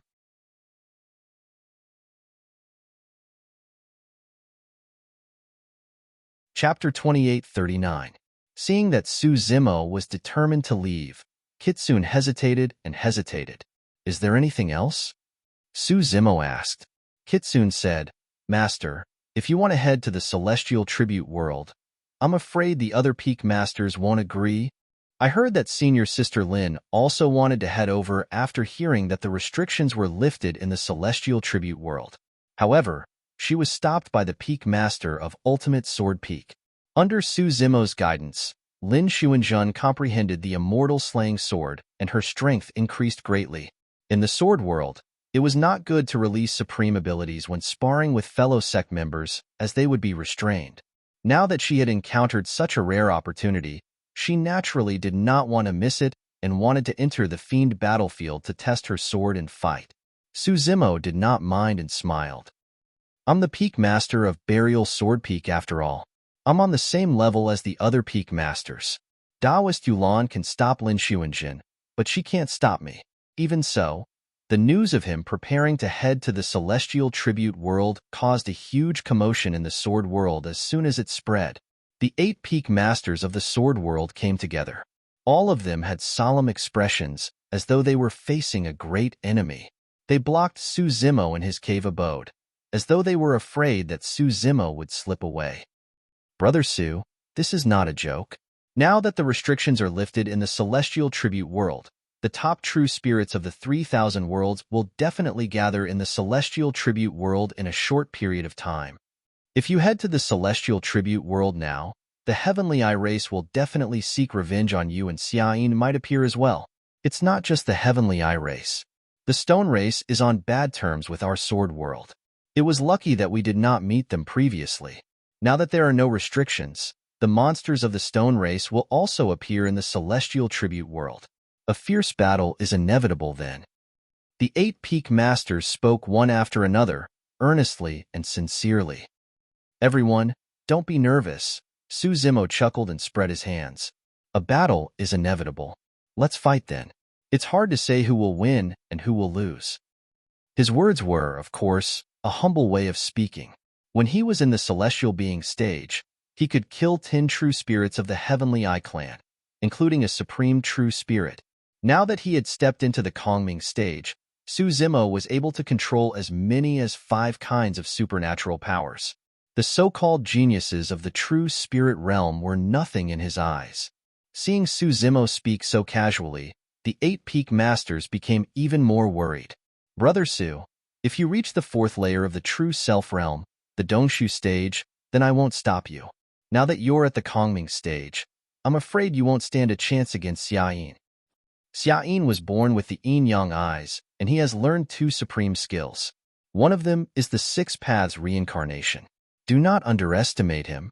Moreover, with so many peak true spirit realm experts gathered in the demonic battlefield, there are too many variables. Anything can happen in the demonic battlefield. That's right. The true spirit realm experts of the 3,000 worlds have gathered. There are too many things that cannot be controlled. In the evil demon battlefield, there might be a huge chaotic battle. At the end of the day, the 8 peak masters still didn't agree with Su Zimo going to the celestial tribute world. Lu Yun, the sword slayer peak master, said in a low voice, "The current period is too sensitive. Such a big thing just happened in the celestial tribute world. Who knows what else will happen? If the faction that broke the Hadal Sin grounds suddenly appears and erupts in a huge battle with the celestial tribute world, we will definitely be involved." "That won't happen," Su Zimo murmured softly. The 8 peak masters were all doing this out of good intentions, so Su Zimo could only patiently explain, "Fellow Taoists, you can rest assured. With my methods, even if I can't defeat an expert of the same level, I can still protect myself. There are some treasures in the treasure pagoda that can aid my cultivation. With the help of these treasures, I can step into the Dongshu stage as quickly as possible." Seeing that Su Zimo had made up his mind, the 8 peak masters looked at each other and discussed a bit. Just now, Lu Yun said, "If Brother Su insists on going, we naturally can't stop you. However, we must report this matter to the 3 great emperors of the sword world and ask them to make a decision." Su Zimo was a bit exasperated. "There's no need to mobilize so many people, is there?" Lu Yun said, "Brother Su, just now you say that you can protect yourself against opponents of the same level, but we're not just worried about your peers." "Oh." Su Zimo raised an eyebrow slightly. In the upper world, especially between great worlds, battles between peers were tacitly agreed not to interfere. Life and death depended on one's own ability. If one side bullied the weak, it would easily lead to a huge battle between the 2 sides, and the situation would spiral out of control. Yulan said, "You killed Xiang Ming and the others in the celestial bestowment world. With the vengeful nature of the Celestial Eye clan, they won't let the matter rest. If Xia Yin really can't do anything to you in the fiend battlefield, it's not impossible for the Celestial Eye clan's kings to kill you." Chan's sword peak master said, "Once a mortal kings fight, the shockwaves will be too great to control. It'll be difficult for us to protect you in the chaos." Su Zimo suddenly said, "If that really happens, don't worry about me, fellow Taoists. What are you saying, Brother Su?" Lu Yun interrupted with a frown. "Although there are 9 great sword peaks in the sword world, sword cultivators of the same sect are like family. How can we not care about each other?" Seeing how agitated the governor was, Su Zimo couldn't say anything else. He could only head to the Myriad Swords Palace with the 8 peak masters and ask the 3 great emperors of the sword world to make a decision. The 3 great emperors were old and had white hair. Su Zimo had seen one of them before. It was the old man with the iron crown. As for the other 2, one was fat and one was skinny. They looked at Su Zimo with a hint of approval and kindness in their eyes. The fat old man and the skinny old man exchanged glances with each other after hearing the 8 peak masters talk about this matter. Both of them remained silent. They lived for too long. If the 8 peak masters could think of the dangers, so could the 2 of them. The old man with the iron crown arched an eyebrow and slowly rose to his feet, exuding a fierce sword aura. "What? Is our sword world afraid of the Celestial Eye clan? If we sword cultivators cower in fear in the face of powerful enemies, what's the point of cultivating the sword Tao?" The fat and thin old men nodded in agreement. The old man waved a hand and sent a message talisman imprinted with countless sword scars to the young man. Take this communication talisman. If something unexpected really happens that none of you can deal with, then tear it apart and I'll know. The old man sneered. I'd like to see who dares break the balance and kill a peak master of the sword world as an immortal king. Hearing this, the 8 peak leaders were finally relieved and their faces were filled with joy. With the old man's words, they could escort Zimo to the celestial tribute world without worry. No matter what happened in the celestial tribute world, they could deal with it. However, on the other side, Zimo fell silent with resignation. If he really did provoke the great emperors of the sword world, the hidden danger wouldn't be exposed. Instead, it would continue to hide and wait for another opportunity. If that was the case, all his plans would go down the drain. You're tuning into the Warrior Lore YouTube channel. Don't forget to subscribe and join us on this journey to catch the most captivating stories.